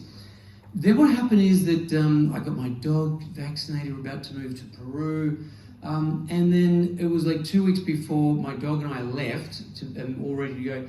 He said, oh, look, I don't think this relationship is working out. I'm going to stay in Peru. You have to stay in Brisbane. I was like, oh, okay. Then all of those junk properties that were netting thousands of dollars a week ended up in his name. And I ended up with this little property in Zilmi, if everyone knows it. It was something I wasn't going to spend much time in. And so that happened as well. So here I was in a little house in Brisbane with not much. Oh, the other thing was my partner invested all my super into a place called, is this being live fed onto YouTube? I think so, yeah. Okay, I'm not going to say where, I'm not going to give much more detail. Anyway, there's a particular place in Bendigo, land banking, a number of years ago. Again, lots of mum and dad invested all my super, my partner, put into that. And that went under. The ACCC closed it down. So this is a really tragic tale. And so, of course, with all these sort of betrayals over the years, in the end I thought, look, humans suck really badly. And I'm a psychologist. And so I have to encourage everybody else to be, and I was like, I'm developing some trust issues here. Anyway, so I really, when people were spruiking, and I almost signed on to a land and house package in the southern corridor, dual occupancy, blah, blah, blah, which would have been, not necessarily like that's a bit dramatic, but a very bad, like, what are you, something that's heavy you have to drag with you for many years. Lucky that fell over. But anyway, so I was thinking, what do you do? Flip houses. Okay, on everything's got up 30%, you can't do that. Okay, I'll become a YouTube star. That doesn't make much money. What the hell am I going to do? I can't go on the pension. How many cafes per week can you go to on a pension? None. So I thought, that's not going to work for me. How am I going to travel on a pension? And so anyway, I was just scrolling through YouTube, and then PK came up. And because we're psychologists, we have to be evidence-based. Everything we spent far too many years looking at statistics, which I hated, failed endlessly, but I had to learn it. And it's about reliability and validity. And this is what he was going on about. I thought, I don't know if I trust him. I worked out he is trustable now. But he talked about data. I thought, oh, that's something I can trust. I can trust my dog. I can trust my cat sometimes. But I can trust data. And I thought, okay. So I went back to all these old videos, looked at the new ones, did sort of a bit of a comparison, thinking, is this another one of those spruikers? And in the end, I thought, this is starting to stack up. And he says, oh, don't listen to me, just look at the data. And I thought, okay. And I watched endless testimonials, and eventually was on one myself recently. And so in the end, it actually, I did generate hope. And there's a guy, John Manciamelli, if anyone looks at the YouTube video I'm on with John, lovely guy. There's an old punk group that I love called Cosmic Psychos. They've got an album and a documentary called Blokes You Can Trust. In my life at the moment, there's a few friends long-term friends, but there are two people I now trust, which is remarkable and miraculous, and it is PK, and there's not one. I've talked to him endlessly, seen lots of videos. I'm in the course now. I've not seen one, and I've been looking really hard, sorry, for any evidence that there's something amiss, there is no integrity, there's some hidden agenda, because my whole life story has been about that stuff. So anyway, did the course, started applying the data, which is reliable and valid. If anyone else has done statistics, they're very important things. And bought and said to John, because my income was hammered over COVID, because 30% of people did not want to see me on a screen. They're like, no, I want to come in. My income dropped. Then John said, look, they average your income out because you're self-employed over 2 years. You're screwed. You can't even get one property now. I was like, oh damn. I'm all excited and all dressed up and nowhere to go. Anyway, then he brought me back a few days later. He said, mate, I've been having to do my parabroker. It's a long story, but. And he said, look, how would you prefer it rather than getting none if I got you two? I was like, what? And he's like, yeah, we can do it. Through old dog loan, I don't know what you call it right now.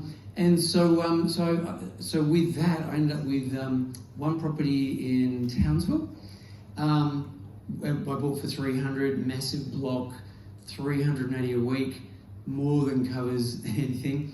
Capital growth has been amazing. A house around the corner, which had a 20k tied-up, sold for 380, and I bought mine for eight. I don't know if I've been not that long ago. And then I bought in Perth, and with the data, found this place with the help of John as well, because we had a bit of a chat about it, and found this particular suburb. And one of the secrets, I think, is a secret. You probably do have something about it, is not to follow the herd. And I think I have done that in the past, because there's comfort. Oh, if everyone else is doing it, it must be good. I've been taught through PK and the data that do not do that. Go the opposite way, which is why now is a great time to invest, because it's cinemas down, etc. Not that I'm an expert, but that's what you said. In certain pockets, not across the board, of course. So that little suburb, I bought for $350. A bit of landscaping, maybe 10 grand on top of that. And the beautiful, amazing property manager, when I was looking at it, said, look, I wouldn't really go there. Terrible reputation. Everyone Perth hates the place. No one's going to want to live in it. Terrible quality tenants. And I was thinking, okay, I'm sort of a bit moved by that, because she's on the ground for how many years and he's amazing. And I thought, no, I'm going to go back to the blokes I trust and back to the data. Because he's always like, well, I don't know, what does the data say? And when I looked at the data, it said, no, this place, usually there's a few factors. You go, oh, well, I overlooked that one, but this one's pretty good. This one, nothing. And I was like, oh my God. And the last, since I bought it not that long ago, the capital growth has been insane. It's just been ridiculous, while interest rates are going up really high. So that's kind of been my journey. Do you want me to say this? Probably not. Do you guys want him to share the suburb? You give me $20 each, no. That'll make up for some of my losses over the years. No, it's a little place called Callista. It's a tiny little suburb, but it ticks all the boxes. People hate it. I love it. So look, thank you for your time. Lovely to meet you all. And thank you, PK, for the opportunity to share my tragic and yet getting better story. By the way, next year I'm 60, so time's running out. People are saying, 30-year plan. I'm like, I'll be dead by that stage. Give me something quicker. So PK, John and I are working at a very accelerated sprint, not a marathon. Thank you very much. Thank you. Yeah, I had not to make this about me at all, but I had a conversation with Paul probably late last year, like well before he signed up to the course, and like he actually shared his kind of tragic story and everything. And like when you're trying to help people and they've been screwed over so many times, it's a lot of pressure, because this is like literally his last thing, and like, I mean, forget my business or anything, but just as a human being, it's like if you screw that person over one more time, like that's it for him. Like, there's nothing. I remember I was telling my wife about it. She's like, you better work. And I'm just like, it's not me, it's the data, and I'm very grateful that it's worked. So congratulations once again, Paul. And it's a testament as well. One thing that I picked out was that in terms of location selection, trust the data, don't trust the real estate agent or even the property manager. Sometimes property managers and, sorry Kelly, sometimes real estate agents, property say they can't see the forest from the trees. It's like they've lived in that area, they've worked in that area. They're like, oh, this is not a great area. Like, you can buy here, we'll take your business, but it's like, it's like someone in Logan, they'll be like, oh, there are better areas in Brisbane, right? So you have to trust the data for location selection, but then for due diligence on the specific property, that's where the property manager comes in, if that makes sense. So that's just one thing that I picked up from your story as well. And just before I do Q&A, I don't know if Dave is still here. Dave's over here. So I just thought I had one other client. Sorry, just please bear with me. One other client, Dave Hayden, who has recently moved back from Denver, Colorado, who's an expat working over there with his family. He's moved back to Brisbane, but whilst he was over in the US, he bought 2 properties. Actually, one of the earliest people amongst my sort of client cohort to buy in Perth. I think it was early to mid last year or something around there. I was telling him, look, Perth's a little bit too early at that stage. Buy in Adelaide, buy in Adelaide, buy in Adelaide. Adelaide was just super hot, and I don't blame him. He couldn't buy there.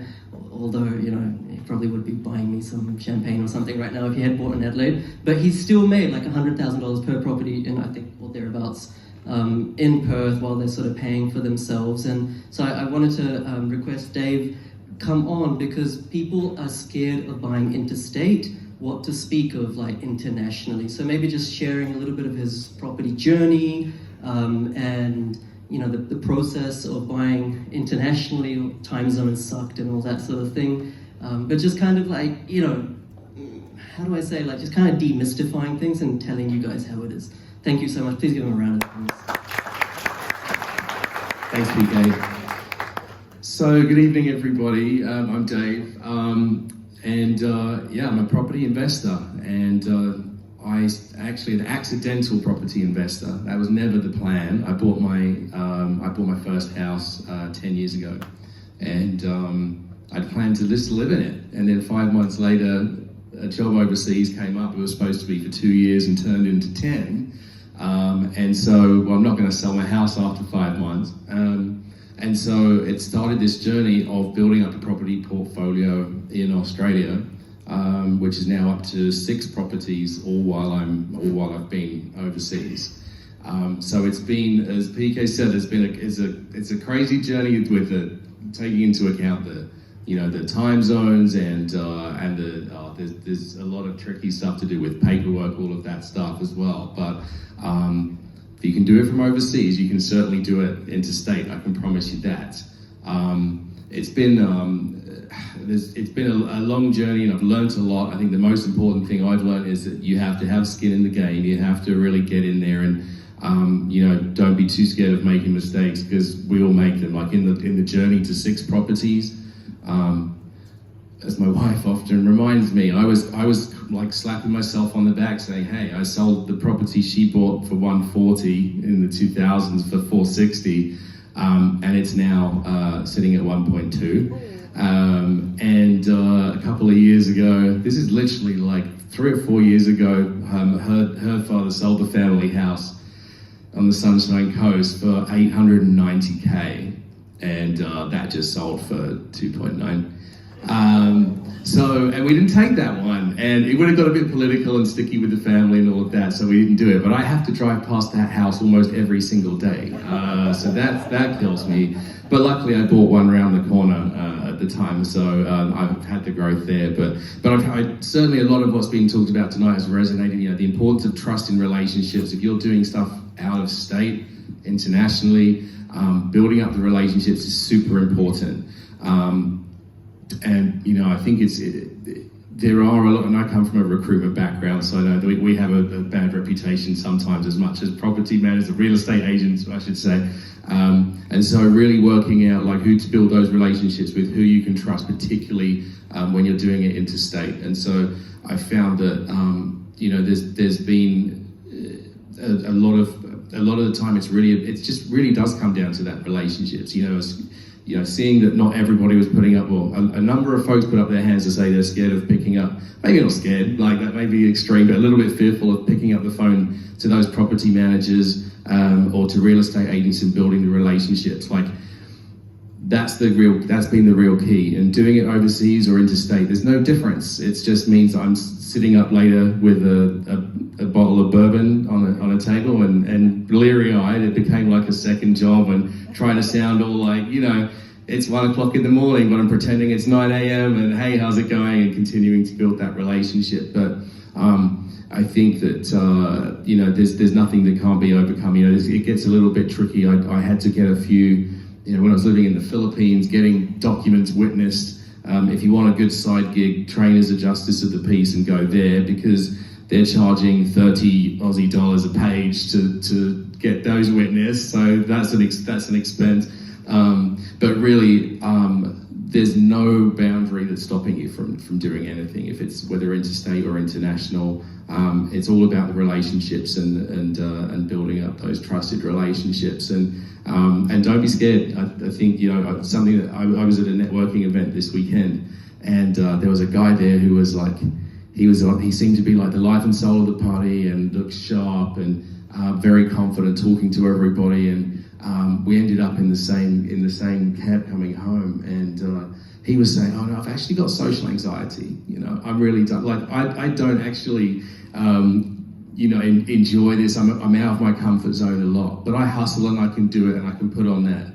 You know, so even if it's an act, that's what he does. And I would just say, you know, even if it's an act for you that, you know, you may be nervous or it might be like out of your comfort zone, but nothing will come from it if you don't put skin in the game and get in there. So I'm a big believer in, you know, the time is now. Don't let anything get in your way. And if anybody's I won't take up. I know we want to close things out, but I'll throw it out there. If anybody's wants to follow up with me afterwards and has any questions about buying out a stage, just hit me up, and happy to help. But thank you to PK for inviting me, and thanks for building such a great community. It's awesome to see so many people. So thank you.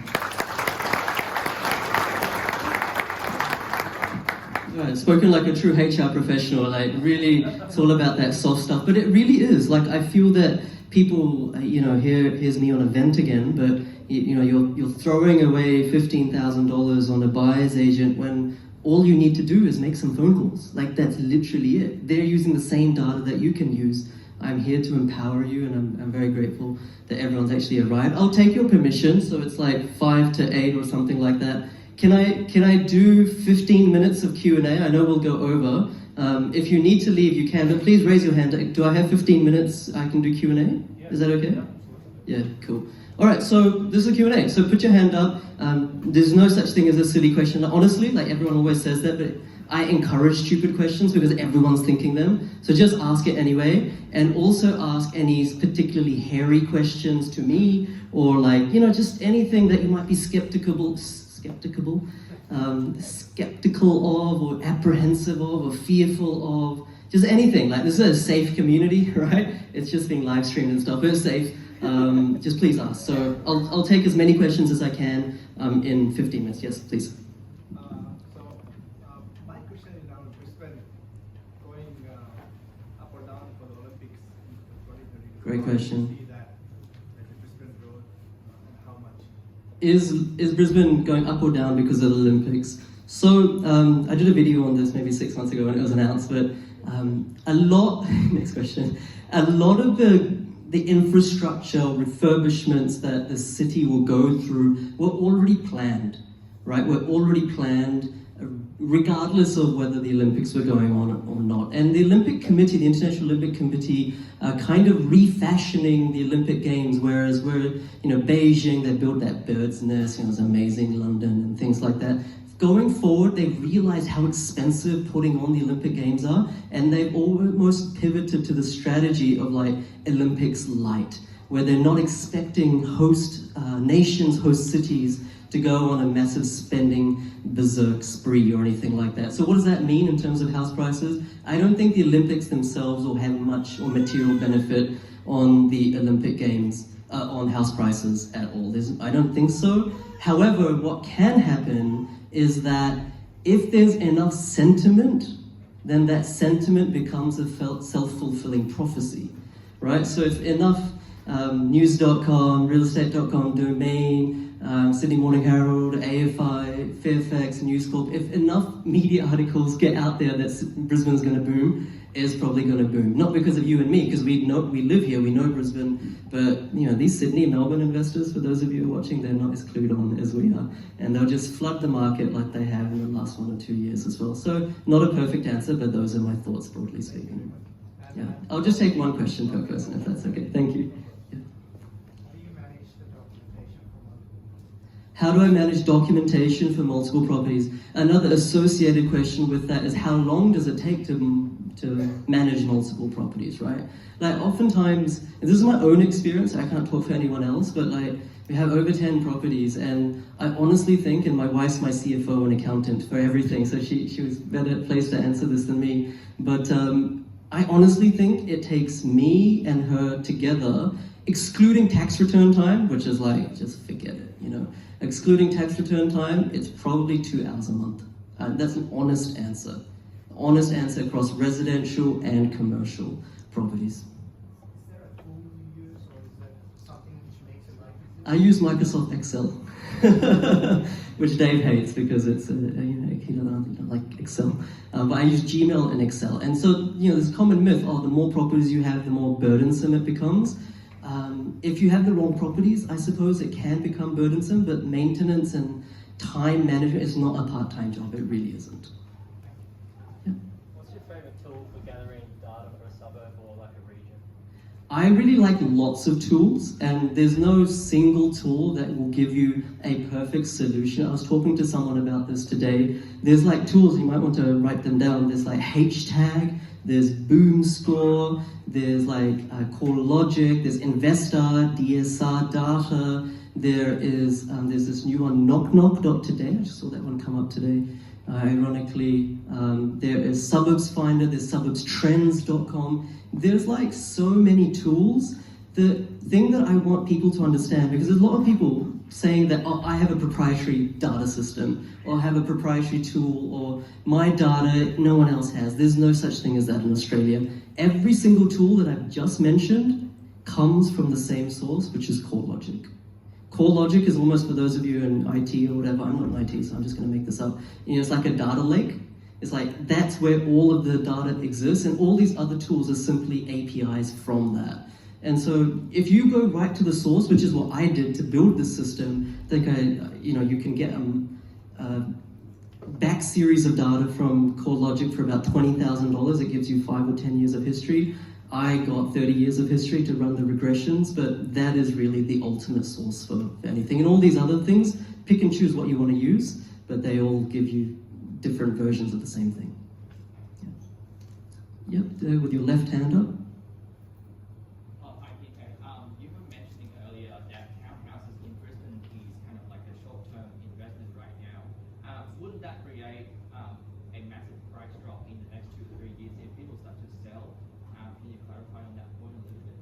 So the question is, if people start to sell townhouses, is that what you're saying? Yeah, if you're saying at the moment townhouses are more of a preferred option when it comes to investment in Brisbane, will that create a massive, if it's such a short-term investment, then in the future, Gotcha. 2 or 3 years, Gotcha. No, great question. When I say short-term, in property, it's not like technical trading in the stock market where you can look at Fibonacci, technical analysis and really perfectly anticipate what's going to happen, intraday trading and all this sort of thing. In property markets, when I say short-term, there's different data metrics that give different time periods of what we can anticipate, but it's really 1 to 5 years, right? The rule of thumb is a good property should allow you to extract equity within 24 months. Within 24 months. Okay? At least some equity to fund a future deposit. But it's very hard to predict that to the T, and normally, you know, a sweeping statement like townhouses are good, they're not going to become bad in 1 year. Like data isn't that volatile, if you know what I mean. Like if you do an analysis and pick a particular dwelling type or suburb today, it's not going to become a bad one in a year's time. So to answer your question, it's very hard for me to give a prescriptive answer, but we also want to look at long-term data factors, like job advertisements, like I said before, and there's other quantifiable data metrics that you can look at, like I mentioned incomes and other ways to quantify gentrification, that give you a sense of confidence over the medium term and long term as well. So I mean, over the long term, houses in Brisbane, brilliant, like go for it. Like you're gonna make a lot of money in the next 20 years, but are they gonna allow you to create equity in the next 1 or 2 years? It might be unlikely, okay? Yep.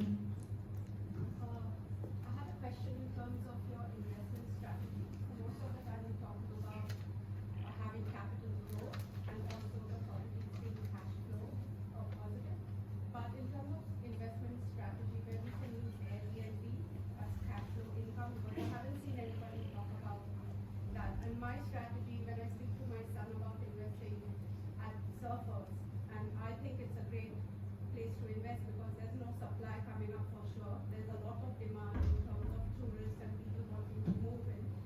Definitely not cash flow positive if you're going to tenant it, but if you're going to Airbnb, suppose if you're getting 50 rent, Gotcha. Airbnb will get 2,000. So where you have a loan of say 25 years, you can pay that off in Gotcha. 10 years or 15 years. Would that be an investment strategy that people would consider? Yeah, no, great question. Great question. I'll try my best to answer that. So the question, for those of you who don't know, was, is Airbnb a good strategy? Like effectively that was the question, I think. It is a good strategy. But a strategy is broader than where to buy and what to buy. A strategy means what is the goal? Like, do I want a passive income of 100,000 or 200,000, 300,000? And so just side point, I can guarantee that 99% of people in this room will not create 100K passive income in 10 years. Like even if you do the course, even if you become super educated, that is the reality. And I feel there's too much spruiking, too much marketing, too much of that stuff goes on. True economics of buy and hold property investing in Australia is it takes 10 to 20, sometimes depending on who you are and your incomes, 25 years to get to that level of passive income. I can go on a big rant about that, but that's the truth, right? Now, a strategy means what is the goal and how do I get there? So how do I get there means how many properties will I need? What are their respective values? What are their respective yields? What's the realistic timing or frequency of those purchases? How should I structure my lending so that the bank doesn't cap me out after 1 or 2 years? Adrian's laughing because he's almost achieved 100K passive income, but that's a strategy. And then what you buy and where you buy is like a short-term decision. It's not a short-term decision, but it's more of a tactical decision. So Airbnb, the downsides of Airbnb is banks don't like them, right? So number one, they will not give you as high an LVR on an Airbnb as a standard property. They perceive them as high risk, right? And so let's say you only have $70,000, $80,000 of deposit. It's very difficult to get into a good Airbnb, and the second thing is it requires a lot of maintenance, right? You have to furnish it, you have to upkeep it. So instead of budgeting $1,500 a year, you got to budget, I don't have an Airbnb, I don't know, like 10,000, 5,000, I don't know what it is. Then you have to pay higher property management fees. And then a lot of these Airbnb locations don't experience the capital growth that you could in a traditional buy and hold established property kind of thing. Surfers Paradise you mentioned. I mean, Surfers Paradise, I have a property in the Gold Coast, it's a nice place to live, but you can always build towers there.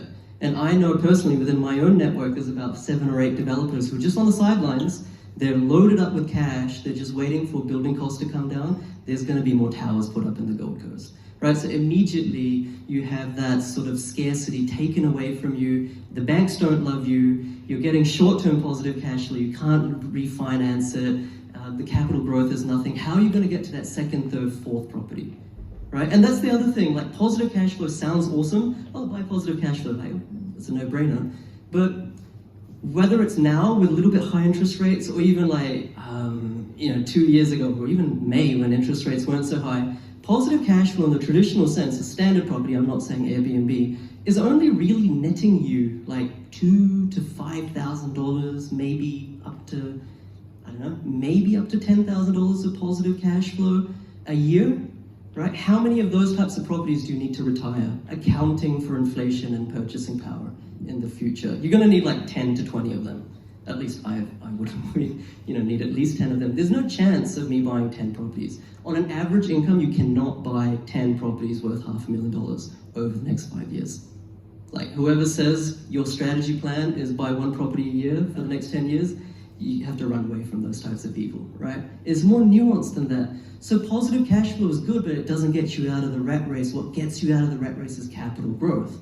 And how that works is that I'm just generalizing here, you buy 6 properties, let's say 6 properties, and you take, I don't know, 6, 7, 8 years to do that. A lot of people do it in a shorter amount of time, but let's just say 6, 7 years to do that. Then you hold those puppies, like you hold those bad boys for another 10 years, let the market do its thing, and then you sell maybe 1 or 2 or 3 of them, and you use that to pay off the debt of the others. Right? Then you have not 6 properties, but maybe 2 or 3 properties completely unencumbered with debt. No debt means no interest, no mortgage, and that is your ticket to retirement, quote unquote sort of thing. That is, it's not like my strategy, it's like no secret. That is what property investors have been doing in Australia for decades. That's just common sense.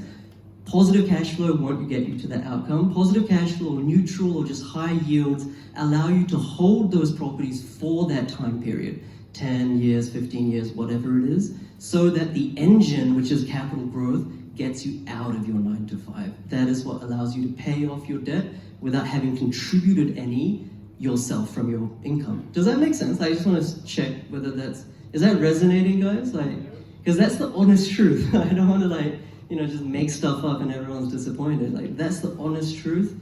And that's why it's taken us a long time to get to where we are. Property investing, unless you're a developer or whatever, and there's no get rich quick there either, it's a long game. It's a get rich slow game. So thank you for that question. I don't know if I'd answered it, but yeah. So I'll just take everyone's permission. Can I take 2 more questions? Yeah? All right. I don't know about your course yet, but are your clients using real estate agents when it comes to buying a property? If yes, how do we know that real estate agent is saying the truth? Let's say I gotcha. come back to you and say, hey, I have a better offer than you. I gotcha. But they can't give you on paper. They can't give you on writing. Yeah, no, totally. So the question is, how do you trust a real estate agent in terms of when you're negotiating with them? The answer is you don't trust a real estate agent. Just full stop. Any real estate agents here? Sorry. Any real estate agent, except for this lovely lady over here. Actually, mortgage broker is much more reliable.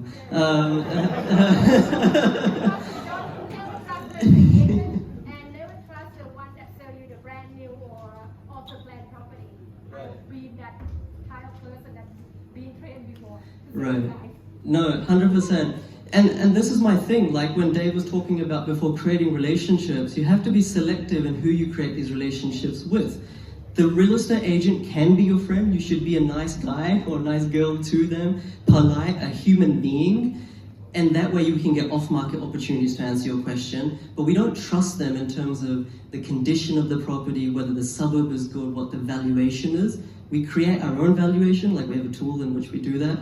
If we know this property is worth $430, we're not going to give you $440, regardless of if there's 10 other offers, right? Because things come out in the wash, right? You miss out on 1 property, 2 properties, 3 properties, you start to realize what the true valuation is. So, short answer, don't trust the real estate agent, but try to break down the wall of information asymmetry, try to get as much out of them as possible, and use that as leverage against them.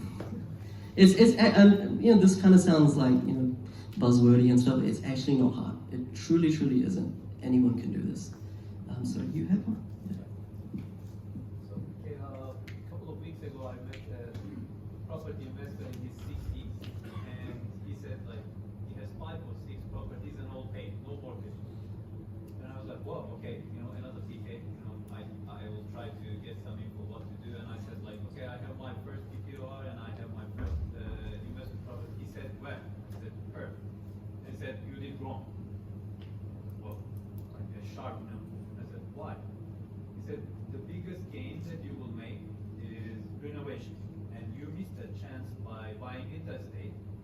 be able to go and see by your own eyes how to increase the value of this property.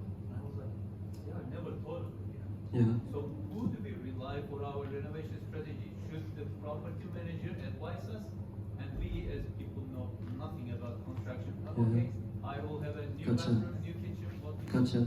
Yeah, like in 2022, we have FaceTime, we have Zoom, we have Teams, we have WhatsApp, right? Like, I'm being facetious, sorry. But the point is that, like a lot of I can just speak for what I do and what my clients do, I can't speak for everyone, but cosmetically renovating, not structurally, like knocking down walls, but cosmetic renovations like paint, landscaping, new bathroom, new kitchen, re-slabbing or resurfacing paint, all that sort of stuff can be done remotely 100%. How? You are the CEO, so you decide which elements of that house will give you a return on investment. If I repaint the bathroom and spend $1,000, is it going to give me $5,000 in additional equity or a higher valuation? Which elements of the house will give you that return on investment? You're the CEO, you make that decision. The property manager, Kelly's nodding here, the property manager is the COO, the Chief Operating Officer. They make it happen. They will call the tradespeople. They will already have tradespeople. They'll create a schedule, like a management schedule, project management schedule,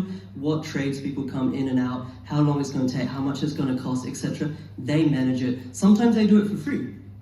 Sometimes they do it for free. What's the incentive of them doing it for free? Well, if you're improving the house, you're going to get additional rent. They're taking a clip of that additional rent. They're making more money. Sometimes they charge you a % of that renovation. So let's say you spend $5,000, they might take a few $100, $500, something like that. But you do not need to travel to the place. Even in Brisbane, I tell you, like, even my Brisbane properties, I never even went to see them when I bought them. And every time I renovate, I've never even actually visited them, like inside. I think the Ferny Hills one I have, but we ended up not renovating it. So like, it's a complete misconception. So you did the right thing by buying in Perth. Of course, I don't know where you bought and what you bought, but you can renovate that sitting in Brisbane. You just need a property manager like Kelly, like a really good property manager, and then you need to have the intel, and it's not hard, like it's not rocket science. None of this is rocket science. Like, people make property investing seem to be like super hard and like, oh, you need to pay a professional and like, you know, be wary of making mistakes. It's all about relationships. You can do this yourself. You just need to know that what elements of the house give the biggest bang for buck. And it's a circular reference. Your property manager can actually help you with that as well. Or you can crowdsource it. Call 5 property managers. They'll know the pictures online anyway, and they can tell you what needs doing, and you can make an assessment. You do not need to fly there. Hopefully that helps. Okay, I'll just take 2 last questions. So just there. So I just bought my second property. Congrats. Thank you. And I was just wondering, because I bought under my, what I could purchase the total price. The property is cash flow positive. When I go back for a third refinance out, will my amount I can borrow rise because I've got a property cash flow positive increase in my income? Or will it be less than what it was for the second, assuming my wage remains the same? Yeah, so I'll just repeat it. Such a good question. So the question is, does buying a positive cash flow property improve your borrowing capacity, right? That's the question. And this is, once again, like a big misnomer. People are led to believe that if I buy positive cash flow property, that is going to mean that I can just borrow ad infinitum, like just unlimited properties. That used to be a strategy. Like lending rules in 10 years ago, 5 years ago, 20 years ago were different. And you have these stories, these books of like, what's that Steve McKnight book, 0 to 120, 274, whatever it is, like. It's not possible anymore. Lending restrictions are different. APRA, the regulator, has changed the landscape. Responsible lending, Royal Commission, blah, blah, blah, blah, blah. It sucks for us, like, effectively speaking. But what it does mean is that you should still buy high yielding properties, but you almost need like a gross rental yield of like 11% on a standard sort of 80 to 90% LVR for it to help your borrowing capacity. So for the rest of us, who are just buying properties, like good properties, like 6% yielding properties, 7% yielding properties, 5.5% yielding properties. If we're getting an 80% loan or 90% loan, they're not aiding future borrowing capacity. That's the truth. Like, that is just brass, that's just a fact. So it's kind of like demoralizing in one sense, but it comes back to that point that I made before. Just because we want to retire through property investing does not mean that we need to buy all of our properties right now. It takes time to acquire a portfolio. It can take, like I'm still buying properties, like it can take 5 years, 10 years to acquire a portfolio. In that time, your income rises, your career goes up, your LVR comes down because there's more and more equity with capital growth in different, rents go up, right? Lending rules change. You also should know that lending rules go up, it's cyclical. Like I think in probably the next year, APRA will change its lending rules to reduce the buffer in which they assess serviceability. Right now it's like 3% or something. They'll probably bring it down to 2%, because what's the point of assessing at 3% when interest rates are so high already? So I mean, these things are cyclical. So the point is, like Dave said, be in the game. Like to win, you got to be in the game. You can't just be on the sideline. Okay, I'll take one. Just here. Sorry, I'll come back to you. Just here. Yeah. So mine you could probably make a good half-hour plus video on, but with the look and changing of the stamp duty, with the idea of potentially phasing that out and turning that into more of an ongoing tax, how do you see that impacting the amount of properties people are able to purchase without needing as much upfront, taking into account that prices will more than likely rise based on that as well? Yeah, so it's like a renovator's delight, because one of the biggest problems in renovating and flipping properties is the transaction costs in Australia. So yeah, but to answer your question, I think when stamp duty is phased out, although it's kind of like robbing Peter to pay Paul, so to speak, you're still having to pay it, the upfront costs are diminished, and so therefore the affordability is higher. The biggest thing that grows capital or creates booms in property markets is affordability, like borrowing capacity. So, you know, all of a sudden, all these properties are like cheaper because there's no stamp duty or less stamp duty. So there'll be just more and more people flooding into the market. You know, you're right on the edge, you can't quite afford it, but now you can. So I just think the market will, to the extent to which they reduce the stamp duty, the same extent prices will go up. Yeah, I think that answered your question. DM me, I'll do a video on it. Okay, last, yep, that one over there.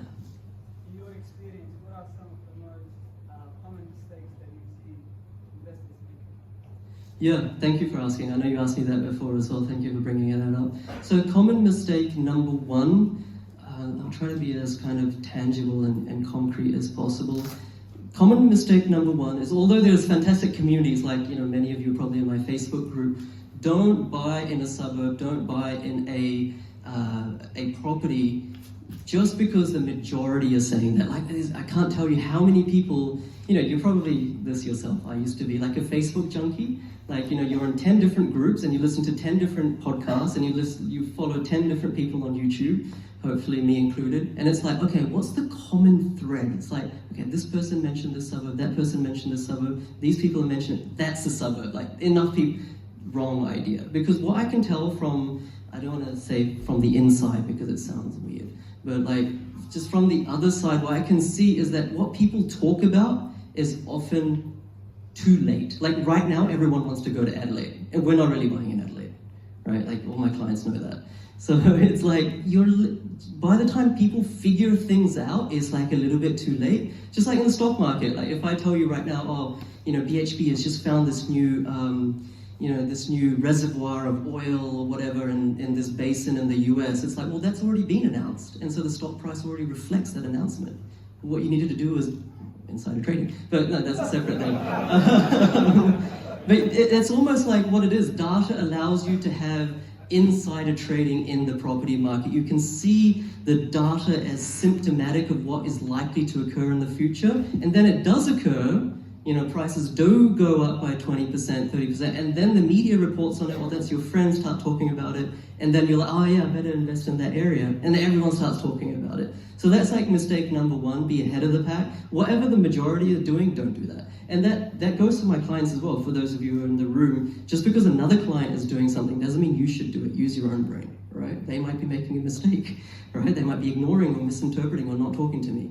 So that's a really, and mistake number two is, what's the mistake? I'll just keep it to two mistakes. The second mistake is, I would just say, once again, I'll fall back on this. Actually, let me change it up. Mistake number two is thinking that capital cities are lower risk than regional areas. Like capital cities are lower risk than regional areas. Yes, some regional areas are higher risk than capital cities.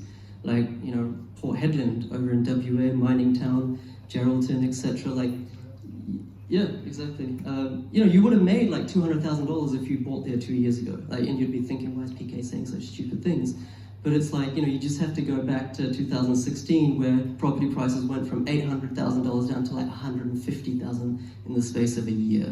So there are these worst case scenarios of regional areas, but if there's diversification in a regional area, and I didn't really go around Australia talking about regional areas, but I love places like Toowoomba, I love places like Bundaberg, I love places like Townsville, parts of Rockhampton, like Tamworth, like Armidale in New South Wales, in Perth, you know, Mandurah and kind of Bustleton kind of area. There's so many, right? And we've invested in countless in regional areas.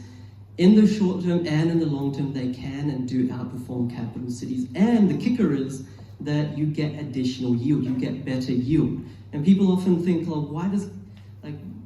why invest in these areas? They're all one industry towns or one employment type of concentric places. It's not true. Like Toowoomba, like Kelly would be able to affirm that Toowoomba, I would argue is just as diversified as Brisbane. Just as diversified as Brisbane. You know, if the resource market tanks, not only does Perth go down, not only does Brisbane get affected, and let's be honest, more than 50% of our employment is either public sector or resource-based in Brisbane, but all of Australia tanks, right? So it's like, you need to just understand these things and be able to make wise decisions of, okay, a place like Bundaberg where there's new hospitals, where, you know, different industries are coming up, or even Townsville. Oh, best example of this is Newcastle. Like 10 years ago, Newcastle was a mining town. Now it couldn't be further from the truth. Like, I love investing in these, not super small areas, but these up and coming regional areas, because the power of relativity, capital growth occurs when something big relative to its subject has a disproportional impact. One example of that is, like, you know, they're going to release, that's not a right word, 190,000 migrants are going to come into Australia. I was thinking about zombies for a second, release them. But like, all these migrants are coming into Australia, right? And you're like, oh yeah, well, Melbourne and like Sydney is going to get them, right? It will positively affect the market in Melbourne and Sydney. Actually, like 30 to 35,000 of them will go to Perth. And so that's not the majority. In fact, that's only a small proportion of that 195. But relative to the population of Perth, that is a bigger deal than how much they're going to come in relative to the population of Sydney and Melbourne. So it's like, if I drop a pebble in a small cup, it creates ripples, but I drop it in a pond, it's like insignificant. Find the cup, right? And find those areas where that relativity is the most acute or steep. Hopefully that analogy worked. All right, I'm gonna stop it right here, but I just want to say, well over time, and I'm very grateful for everyone who's come and truly honored. Please hit the subscribe button and give it a notification. Sorry, I didn't prepare that. But no, I'm truly, you know, when I started doing all this, I really didn't think that it would become all of this. I just wanted to talk data, and you can see one of my earlier videos are pretty crappy, but they're just straight truth. So thank you, I'm very deeply honored, and for all of my clients as well who put their trust in me, just like Paul, you know, it's like, yeah, it's a big thing. So thank you so much, and yeah, I'm here, please come talk to me, but this is not about me. Please go talk to each other as well. We have this room, you know, God forbid if we're still here by 10 p.m., but we have it till 10 p.m. I'm going to be here, you guys talk to each other. There's a lot of brilliance in this room. Don't be shy. You know, if you kind of approach someone and then they kind of like start talking to someone else, don't just head for the exit, like go to the next person. I've been there. There's no drinks that I can offer you. There's water, I think there's a bathroom somewhere, but yeah, I'll see you guys next time.